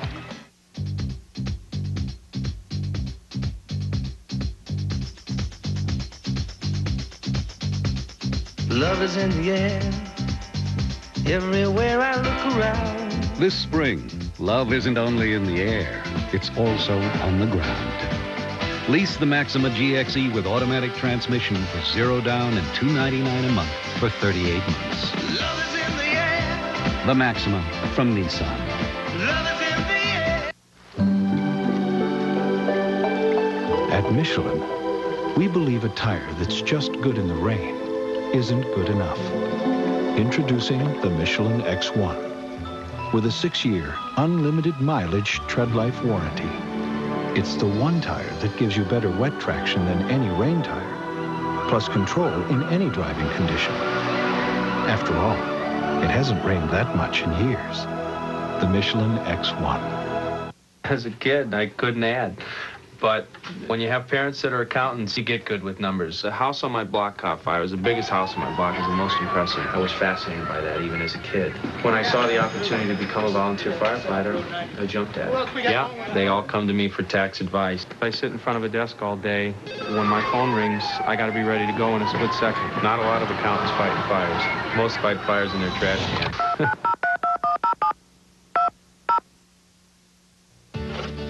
You can just pick up a Napa part and feel the quality. When you look at the price, it feels even better. It's here, Napa's Red, White, and Blue sale, where you'll find quality items like Napa motor oil, only 89 cents a quart. Autolite resistor spark plug, just 69 cents after rebate. And an NBC viewer's guide, only $5.99. Or free if you make a purchase of at least $25 with the Napa card. All at Napa's Red, White, and Blue sale. Keep America running. Alan Watson has shut out the Mets. Paul Wilson has shut out the Giants. Remember his last start, he was shelled. San Diego Padres scoring 13 runs to beat the Mets 13-1. And the next morning, he was out with pitching coach Greg Pavlik very early for a day game as Jeff Kent steps up and fouls it back, 0-1. That was for a 1:40 game, and Paul out with Greg Pavlik at 9:18 a.m. Some of that had to sink in, Ralph. I guess so, because he's pitched a marvelous game here today, and looks like they're working on his rhythm in taking the stride forward with the arm going back. 0-2 to Kent. Sometimes when pitchers, especially young pitchers who throw hard, varying stuff, sometimes they get out in front. You hear about hitters who stride too far and get out in front and spend their power. Pitchers do the same thing. Tapped foul, still 0-2.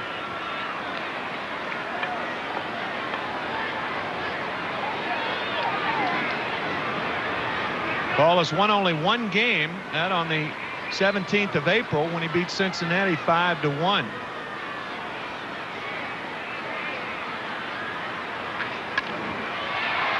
Kent reaching and pokes one to center. Hey, the Mets have not hit a lot of balls hard today. Catcher Todd Hundley. I don't know what this has to do with it, but this copyrighted telecast is authorized under television rights granted by Sterling AA Enterprises LP solely for the entertainment of our audience. Any publication, reproduction, use of the pictures, descriptions, and accounts of this game without the express written consent Sterling AA Enterprises LP is prohibited. Any commercial or other use of the program, such as by charging admission for its showing, likewise prohibited. As Todd Hundley takes a breaking ball inside. Well, it meant for you to give that a hard, fast read, see? Because the Mets have had 2 broken bat base hits and 2 infield hits for their 4 hits in this ballgame. 2-0 to Hundley. When you're from Memphis, it's hard to talk fast. You all. Why is that? Why do people from the South talk slower than people from the North?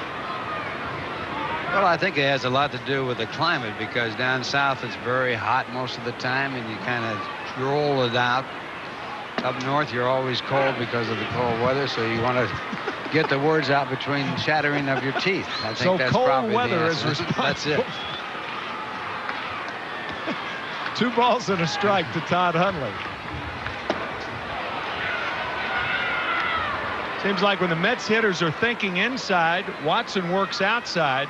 When they're thinking outside, Watson works inside. Kind of like that guy thinks.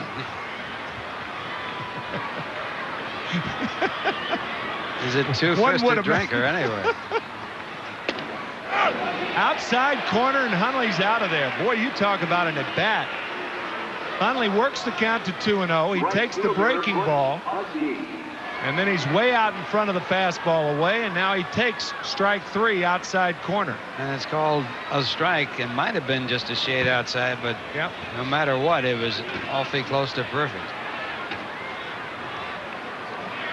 Strikeout number 4 for Watson, and here's Butch Husky. Breaking ball inside. When Husky was up the last time, one of the key plays in this game, Hundley on at first, 2 balls and no strikes to Husky. He took ball 3 as Hundley was hung out to dry. He hammers one to short, and Dunston throws it low, and it's by Carry-On. And Husky will be awarded second base. That ball hit the right ankle of Mark Carry-On, and how can you explain that from Sean Dunston, a guy with a great throwing arm? Well, the Mets get a break on the error. Dunston has all the time in the world. It was well hit. And sometimes when you do that, you don't put enough on the ball, and the ball gets away. You could see him guiding the ball to Carry-On as opposed to throwing it. See an awful lot of errors on the left side of the infield when shortstop and third baseman don't react to a play. When they have to think about it, often they throw it low, and Dunston very upset with himself. He takes his time, sort of lobs it over there, and he has that gun for an arm, and the ball takes that tough hop, hitting Carry-On and bouncing away. So a 2-base error, and the Mets have a pinch runner in the game. And it's Chris Jones, the pinch runner for Butch Husky, as Tim Bogart takes a strike from Watson. So Jones will stay in the game. He'll go into right field. No score here in the 7th. 2 outs, and Jones at second. Fly ball, center field and deep. Javier there, however, and he makes the play. Mets failed to take advantage of the throwing error by Dunston. Still no score, as you see on our Miller line score, and we'll be back right after this message. I just got a promotion and a cellular phone, because my little brother got one too. Not that I'm competitive. I got the big calling plan. I got a local plan. My job's more focused. At Bell Atlantic 9X Mobile, cellular service isn't one size fits all. From phone features to calling plans, you get services that fit your life. I also got voicemail. You did? I want that. Bell Atlantic 9X Mobile. Introducing a very special automobile. Being built in limited numbers doesn't make it special, nor the fact it's available for a limited time.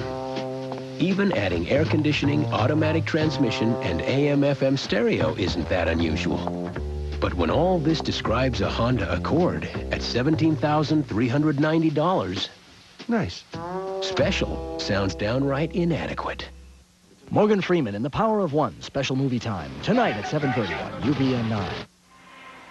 Kids, we want to see you at Shea on Saturday, June 1st for Tropicana Pathmark Shorts Day. All kids 14 and under at the 4:05 Mets-Dodger game will get a pair of Mets shorts from Tropicana and Pathmark. For tickets, call 718-507-TIXX during business hours or stop by the Mets Clubhouse shops.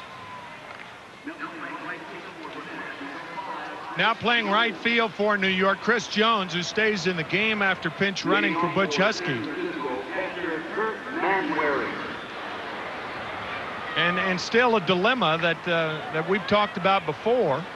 Chris Jones is your #1 right-handed pinch hitter. Since he pinch run for Husky, the pitcher is up in the 2-hole in the 8th inning. And if the Giants score, Dallas Green may elect to take Paul Wilson out of the game, and you've got Chris Jones already in the lineup as a pinch runner. And the first pitch of the 8th inning hits Kurt Manwaring. It was a slider. So that is the second hit batsman by Wilson in the ball game, and that'll bring up Alan Watson, who's a good hitting pitcher. We'll see what Dusty Baker is going to do. Mark Carry-On, the other batter, hit by a pitch ball. That was in the last inning.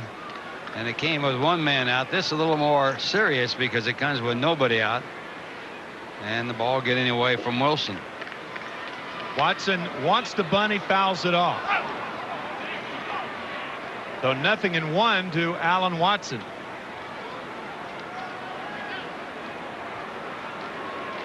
Jeff Kent charging hard then.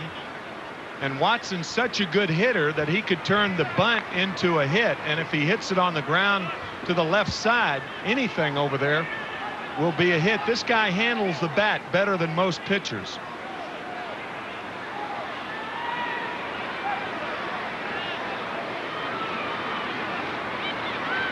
Boy, Kent is really moving up on him, and that's going to invite a change in plans.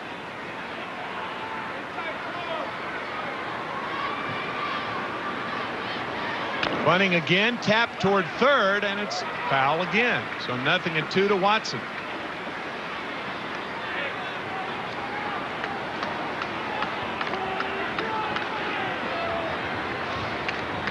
Penalty's got to be talking to Wilson about throwing the ball out of the strike zone, I would think. I would think they'd pitch out here to see if he's going to be hitting away. That's a good way to waste a pitch and find out what they might be thinking. Wendell Kim, he's been out there a long time.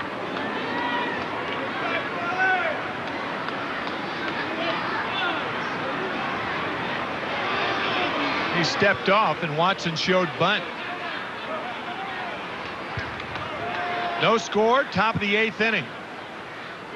Man wearing on at first, nobody out, and he drives one down the left field line, foul. Had that ball been about 6 feet lower, Jeff Kent would be eating soup for 6 weeks. Oh, it would have been tough. He rips this right by Kent. Look how close Kent is here. And that's why the pitch out would have been a good thing to find out, because Watson is that good a hitter that he can swing away. And fortunately for the Mets, that ball curved foul. Kent's still in there.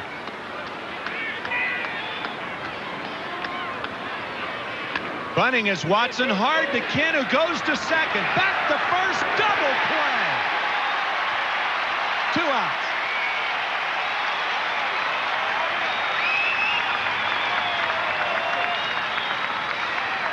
Kent putting the pressure on, and the Giants bunting right into the play as Kent gets it quickly. Good job by Kent. Fine throw to second base.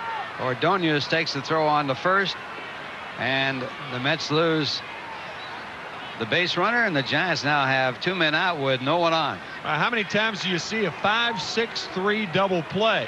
The reason for that, Vizcaíno covers first as the first baseman charges, and the shortstop's responsibility is second base. But Watson fails to get the job done. And Marvin Bernard, the right fielder, who has doubled in 3 trips, steps up. There have been 7 hits in this game, 2 doubles. Not a lot of base runners for either side, and the breaking ball high to Bernard.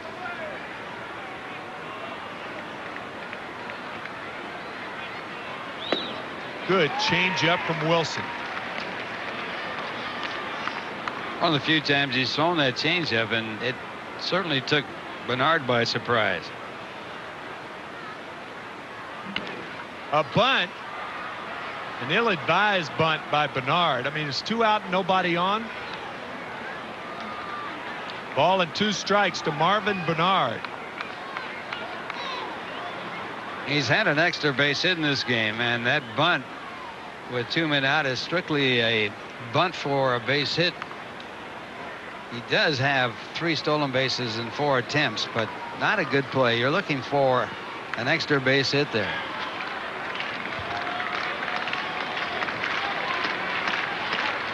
So you can score on 1 hit rather than 2. That's the principle behind that thinking.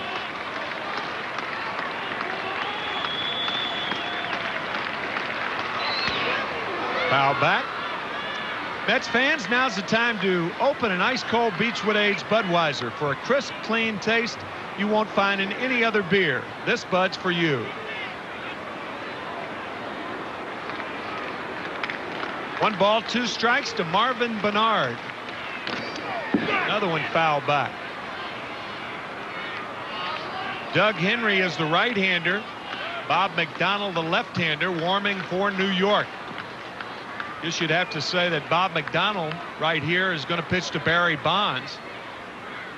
Should Bonds get up in this inning. And it would also indicate this will be the last inning for Paul Wilson. Probably. As he is the second batter due up for the Mets.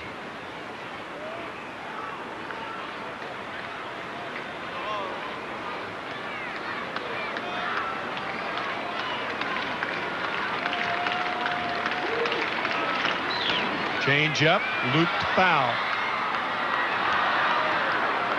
Still a ball and 2 strikes to Marvin Bernard.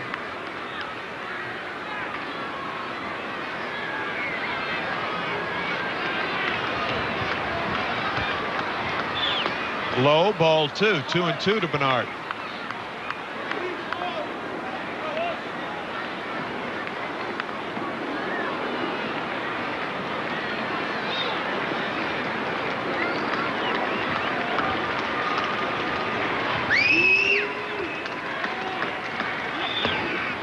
Full count now to Marvin Bernard. The Giants have 3 hits. A double by Bernard in the 3rd after a single by Javier in the 1st, and a leadoff double by Barry Bonds in the 4th inning. Change up, fouled off. Still 3-2 to Bernard. That's a good pitch on a 3-2 count. Off-speed pitch with a better looking fastball in that spot. You don't want to walk Bernard. He's not a home run hitter. You want to make him earn his way on. Give your fielders a chance to make the out.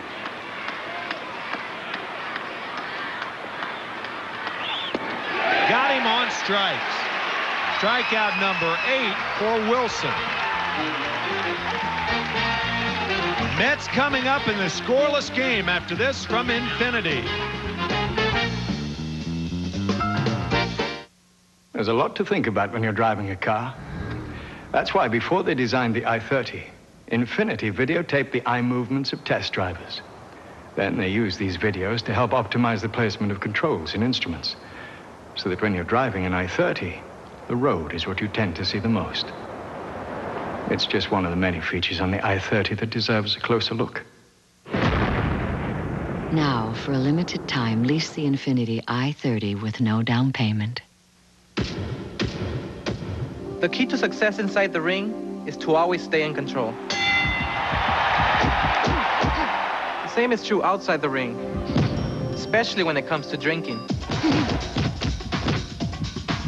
Staying in control means knowing when to say when. So if you drink, please drink responsibly.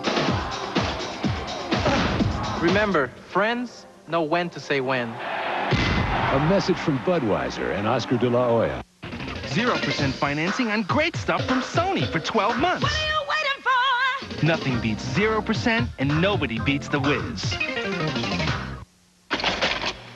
You can project light in any direction, but unless it's focused, you can't see clearly. That's why Infinity employed special projector beam headlights for the J30 to safely focus light where you need it. The J also has dual airbags, ABS, and seatbelt pretensioners, but you're less likely to need them if you see the light. Now you can lease the Infinity J30 at a very special rate for a limited time. Paul Wilson, by far his best outing this year, and he is hoping the Mets can plate a run. Edgardo Alfonso is in the on-deck position, and he will pinch hit for Wilson as Ordonez takes a strike. Ray 0 for 2 on the afternoon. Ground ball, third base, over the glove of Matt Williams. We'll see how it's going to be scored. It could be scored a base hit. Well, the ball takes a bad hop on Matt Williams, comes up higher than he figured. He tried to go up with it, his glove below the ball, and he couldn't get up there quick enough. Now watch the bad hop. Right here, it jumps up on him, and he can't get up to it. I think that's a hit, the way I saw it. It has not, yep, just scored a base hit. And Edgardo Alfonso up there. We'll see if Alfonso bunts. That's hit number 5 for the Mets.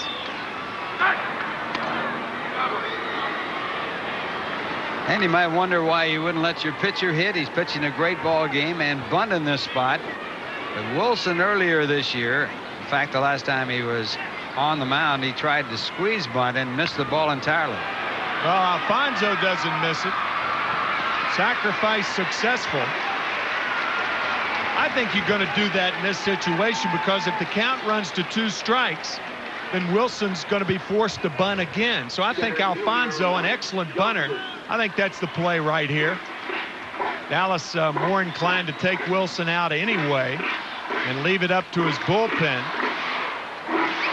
There's a lot of psychology involved in that spot, too. He's pitched a brilliant ball game. You'd hate to see him lose it. Yeah, you give him a chance to win. That's right. That's right. So Lance Johnson, who is hitless on the day, is the batter with Ordonez on at second base. And 1 out here in the 8th inning. Low, ball 1. Let's take a look at the National League scoreboard. Only 1 other game scheduled. Los Angeles at Philadelphia tonight. Our Toyota American League scoreboard. 3 games tonight. Indians at Brewers, Tigers at White Sox, Boston at Seattle. Slider misses to Johnson. 2 balls and no strikes to Lance Johnson.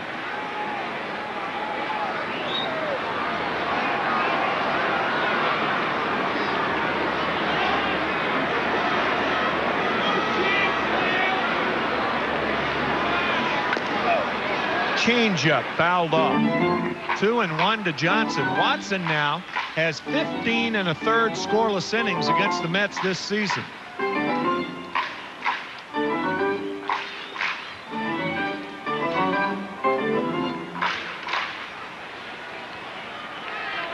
Rich DeLucia, the right-hander. Doug Creek, the left-hander. Ground ball hard to second. Smothered by Scarsoni.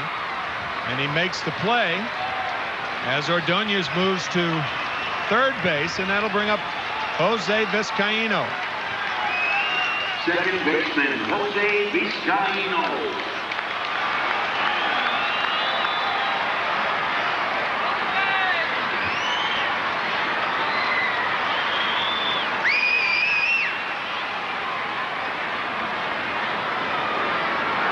Oh, that's amazing. It's after 10 RBIs in April.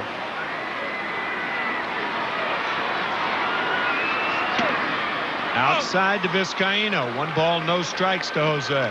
With runners in scoring position, Vizcaino hitting .270 this year. He was one of the top hitters for the Mets with runners in scoring position last year when he had an outstanding year.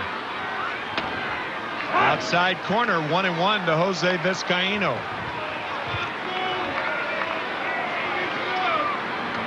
Bernard Gilkey on deck.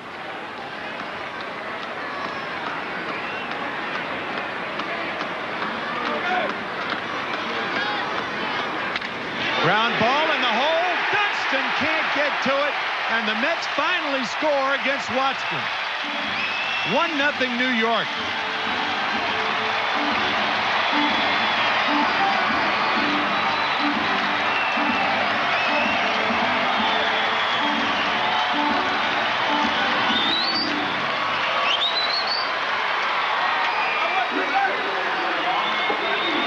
It took 15 2/3 innings for the Mets to score a run off of Watson. He won 8 innings in San Francisco against the Mets with a shutout. And now Vizcaino breaks through here and gets his 2nd run batted in the month of May, and we have 1 more day to go. So a big clutch hit by Jose Vizcaino with 2 men out, and the Mets have taken the lead 1-0. Interesting shot of Bill Pulsifer there to be the first guy to shake Wilson's hand. Watch Dunston diving over the ball. The ball stayed down on him. And Vizcaino with RBI number 12 on the year, and that'll bring Dusty Baker out of the dugout. Boy, it's tough to take him out right here, wouldn't you think? Well, guys pitch this well. That's right. If you leave him in, he's got a chance to pick up a possible comeback victory, and he has pitched this well. 6 hits in the ball game for the Mets, only a 1-0 ball game, and they're going to leave him in. Yeah.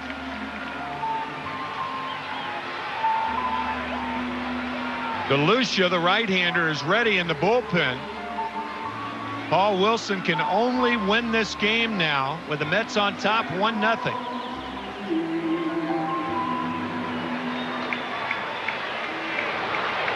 Remember, before the game, Wilson shaved off his beard that he's had all year.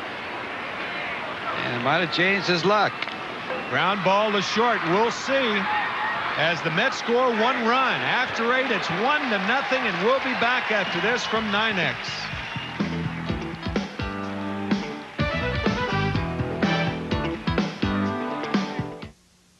Seems like whatever you do, you're charged for how much you use things. How long? How often?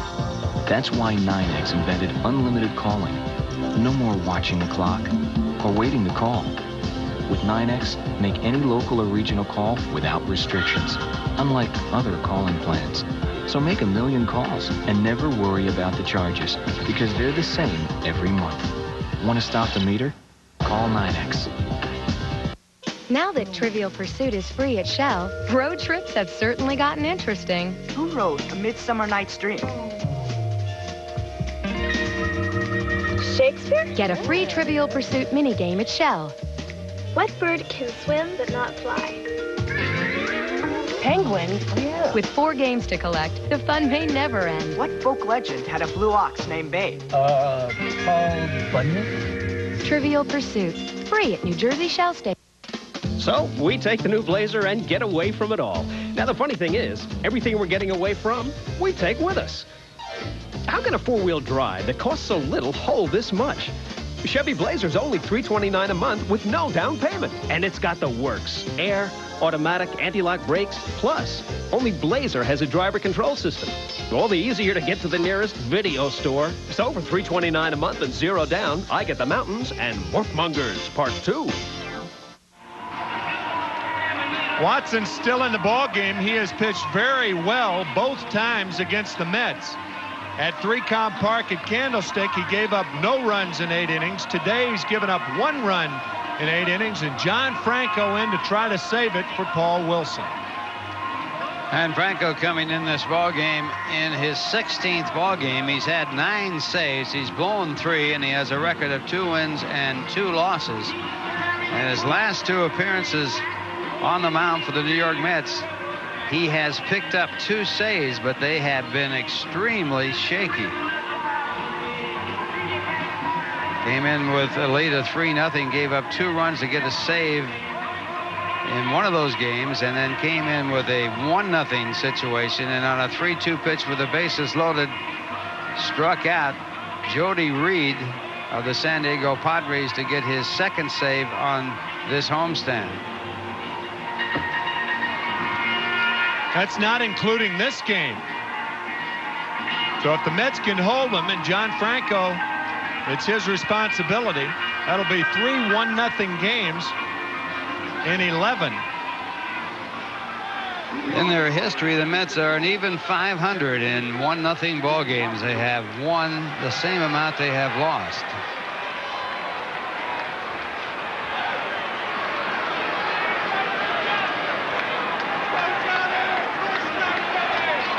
Not going to be easy because the heart of the batting order is coming up. Javier, Bonds, and Williams. Javier wants to bunt. It's a good one. Franco can't get to it. Hey, that ball probably would have been best fielded by Hundley.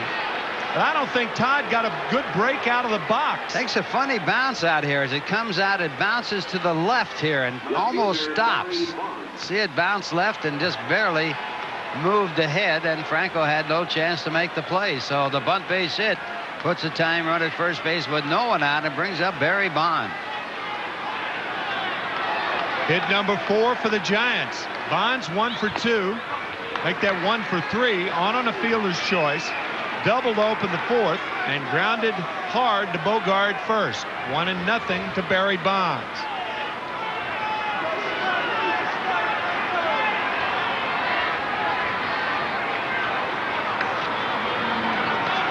No way Javier's going anywhere with Bonds up there. Yeah, you don't want to be think. picked off at first in this situation. Doesn't figure that he'd be running at all. You got too good a hitter at the plate.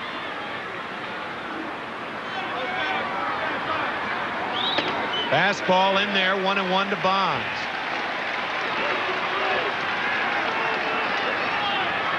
Bonds playing in his 281st consecutive game. That's not Ripken-esque, but it does lead all National Leaguers in that category. Well, he's not only good, he's durable. 1-1 to Barry Bonds here in the 9th inning. Javier on at first. Nobody out. 1-0 New York.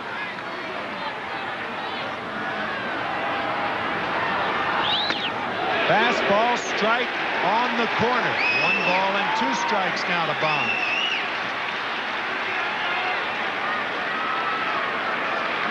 This is an outstanding pitch by Franco as he picks up the outside corner and gets out in front with a 1-2 count.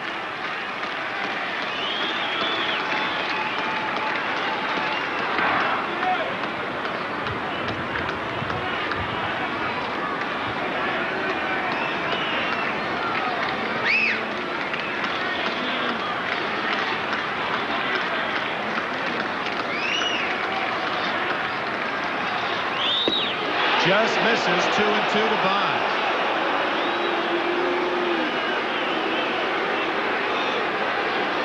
All the umpires in the crowd certainly thought that was a called strike. No, it was outside, though. But it was outside. Yeah.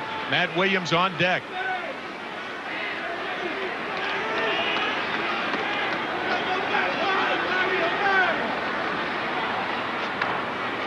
Franco throwing to first 4 times in a row. I think he's got a formula. He's been able to throw to first and come back and get out in front with that 2-1 count and then just missed. Maybe he says, I'm going to try that and see if it does work again.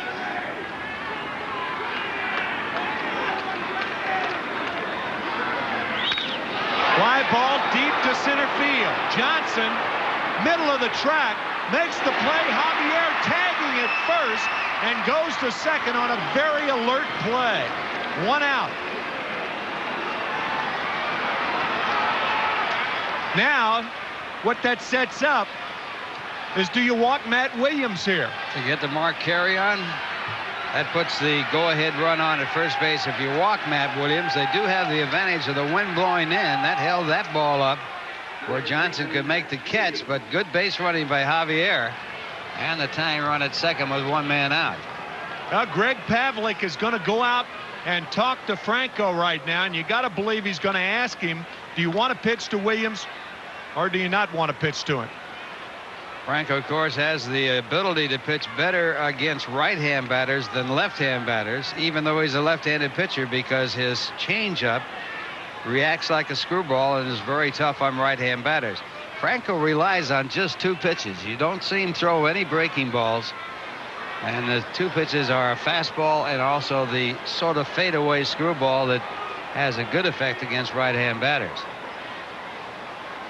Well, if you are going to pitch to him, you're going to throw him balls out of the strike zone, carry on deck. The problem with that is if you pitch around him, the chance of a wild pitch would be great. Then you put a runner on at third with less than 2 outs. They're going to pitch to him. It looked like Franco was saying, or at least his facial expression looked like, I don't want to give him a good pitch to hit. We'll see. And 1 out, Javier on at second base. Tough job for the catcher here because Franco will throw the ball in the dirt. And just like that, 1 ball, no strikes to Matt Williams.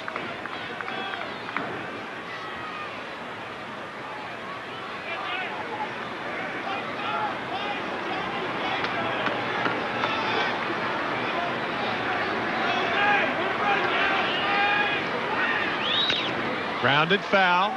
1-1 to Williams, who went after a ball. It looked like that ball was down in the strike zone, down below the knees. And Williams asking the home plate umpire, was that ball a strike? We'll look at it again. It's low and a good pitch and fouled off. So it was out of the strike zone.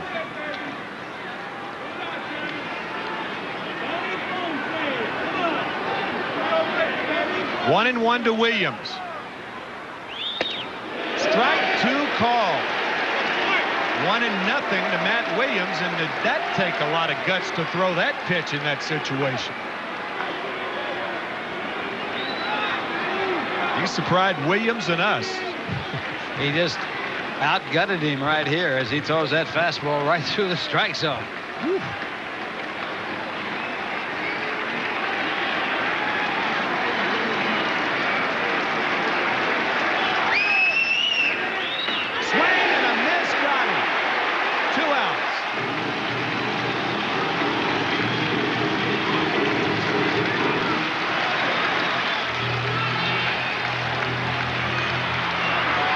Second time that Matt Williams has been struck out in this ball game, and this pitch out of the strike zone. That's the vintage Franco right there. He loves to get right-hand batters to chase that ball out of the strike zone. That's his pitch. Williams went for it. Mark Carrion now. Javier still at second, 2 outs. Nice play, Hundley, who also made a nice play on that strikeout pitch to Matt Williams. Ball in the dirt. 1 ball, no strikes to Carrion. 1-0 New York. We're in the 9th inning with a potential tying run on at second base. Interesting graphic right there.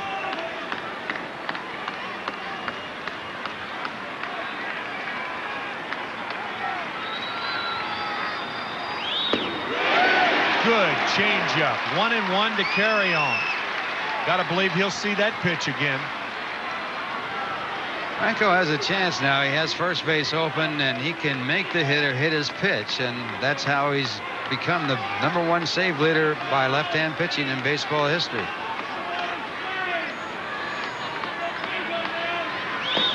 Another good play by Hundley. 2 balls and a strike to Carrion. Outfield has to respect Carrion's power. They're playing deep, so any hit to the outfield you have to assume will score Javier. Now actually the outfielder should be thinking, if the ball's hit to me, a base hit, got to stop that runner at first base. I got to throw to second, keep the winning run or go ahead run off of the scoring position at second. 2 balls and a strike. 2-2.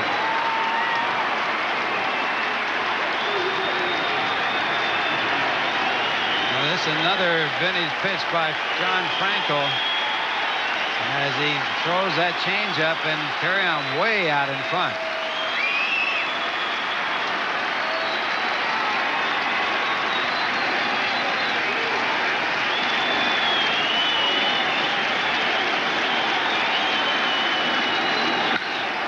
Hammered foul. Still 2-2 to Carrion.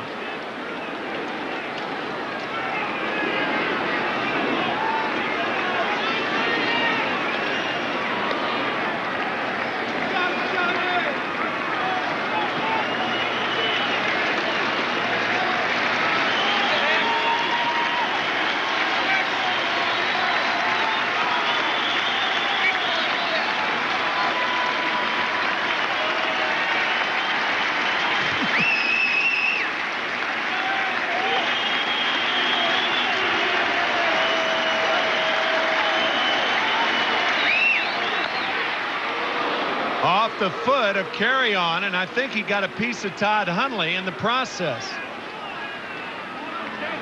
Still 2-2.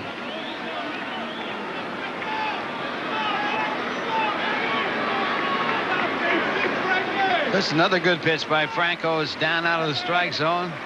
Carrion goes down to get it, fouls off that front foot, and it appeared that the bat might have got Hundley. At backswing, I guess he's just trying to avoid the bat.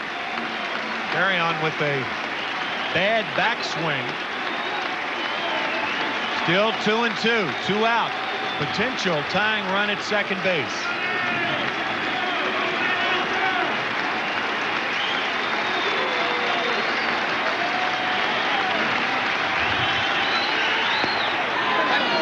Another good play by Hundley. Full count to Mark Carrion with Javier at second.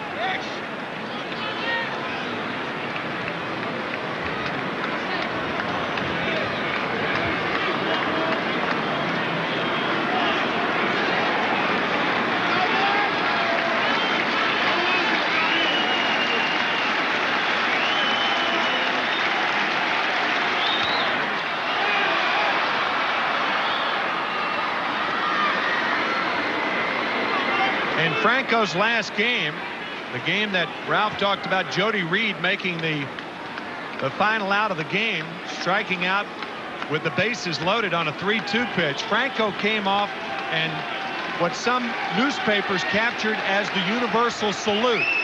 Today, the crowd wants to salute him. Ground ball to third. Kent throws him out, and Franco with a save.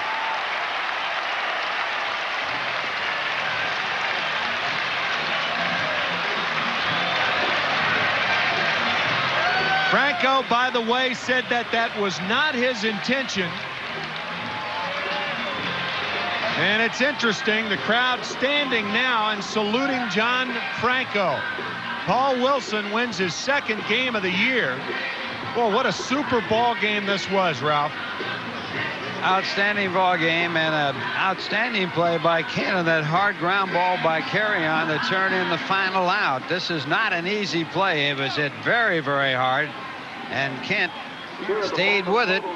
Came up with the ball on that half hop, which is a very difficult hop, and makes the perfect throw to end the ball game. And Franco picks up the save.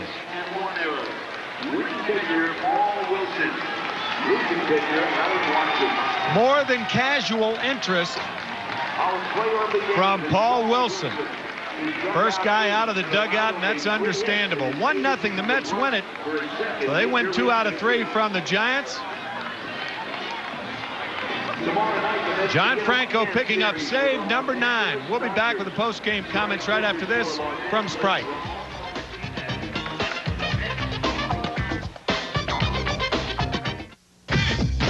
There's only one drink fat enough to quench our thirst, and that's Turbo Sports. Sell it! God, genius! The can's upside down. Don't talk to me like a child. I played Hamlet at Cambridge. Once again, you've ruined my concentration. Excuse me. What's my motivation?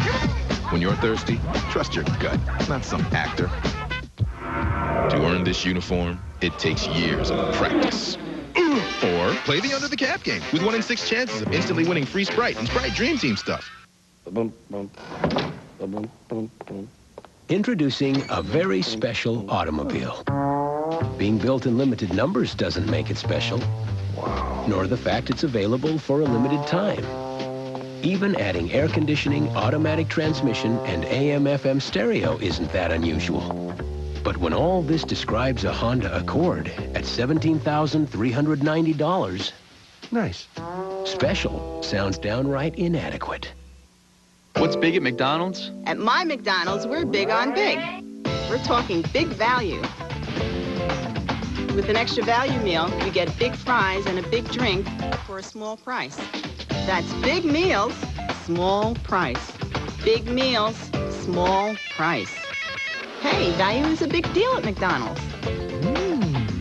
McDonald's is big on lots of things, but most of all, we're big on you. McDonald's, the official break of the Olympic Games. It has been a 5-week drought for Paul Wilson, his last and only win this year coming on April the 22nd. And he just pitched beautifully today, and naturally he is our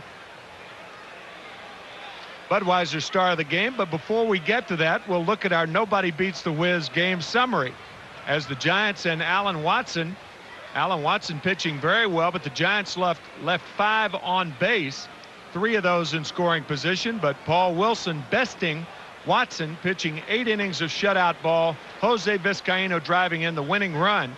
John Franco recording his 10th save of the season. Matter of fact, we'll be back with the Budweiser star of the game, Ralph, right after this from Budweiser. In case you didn't hear about it earlier.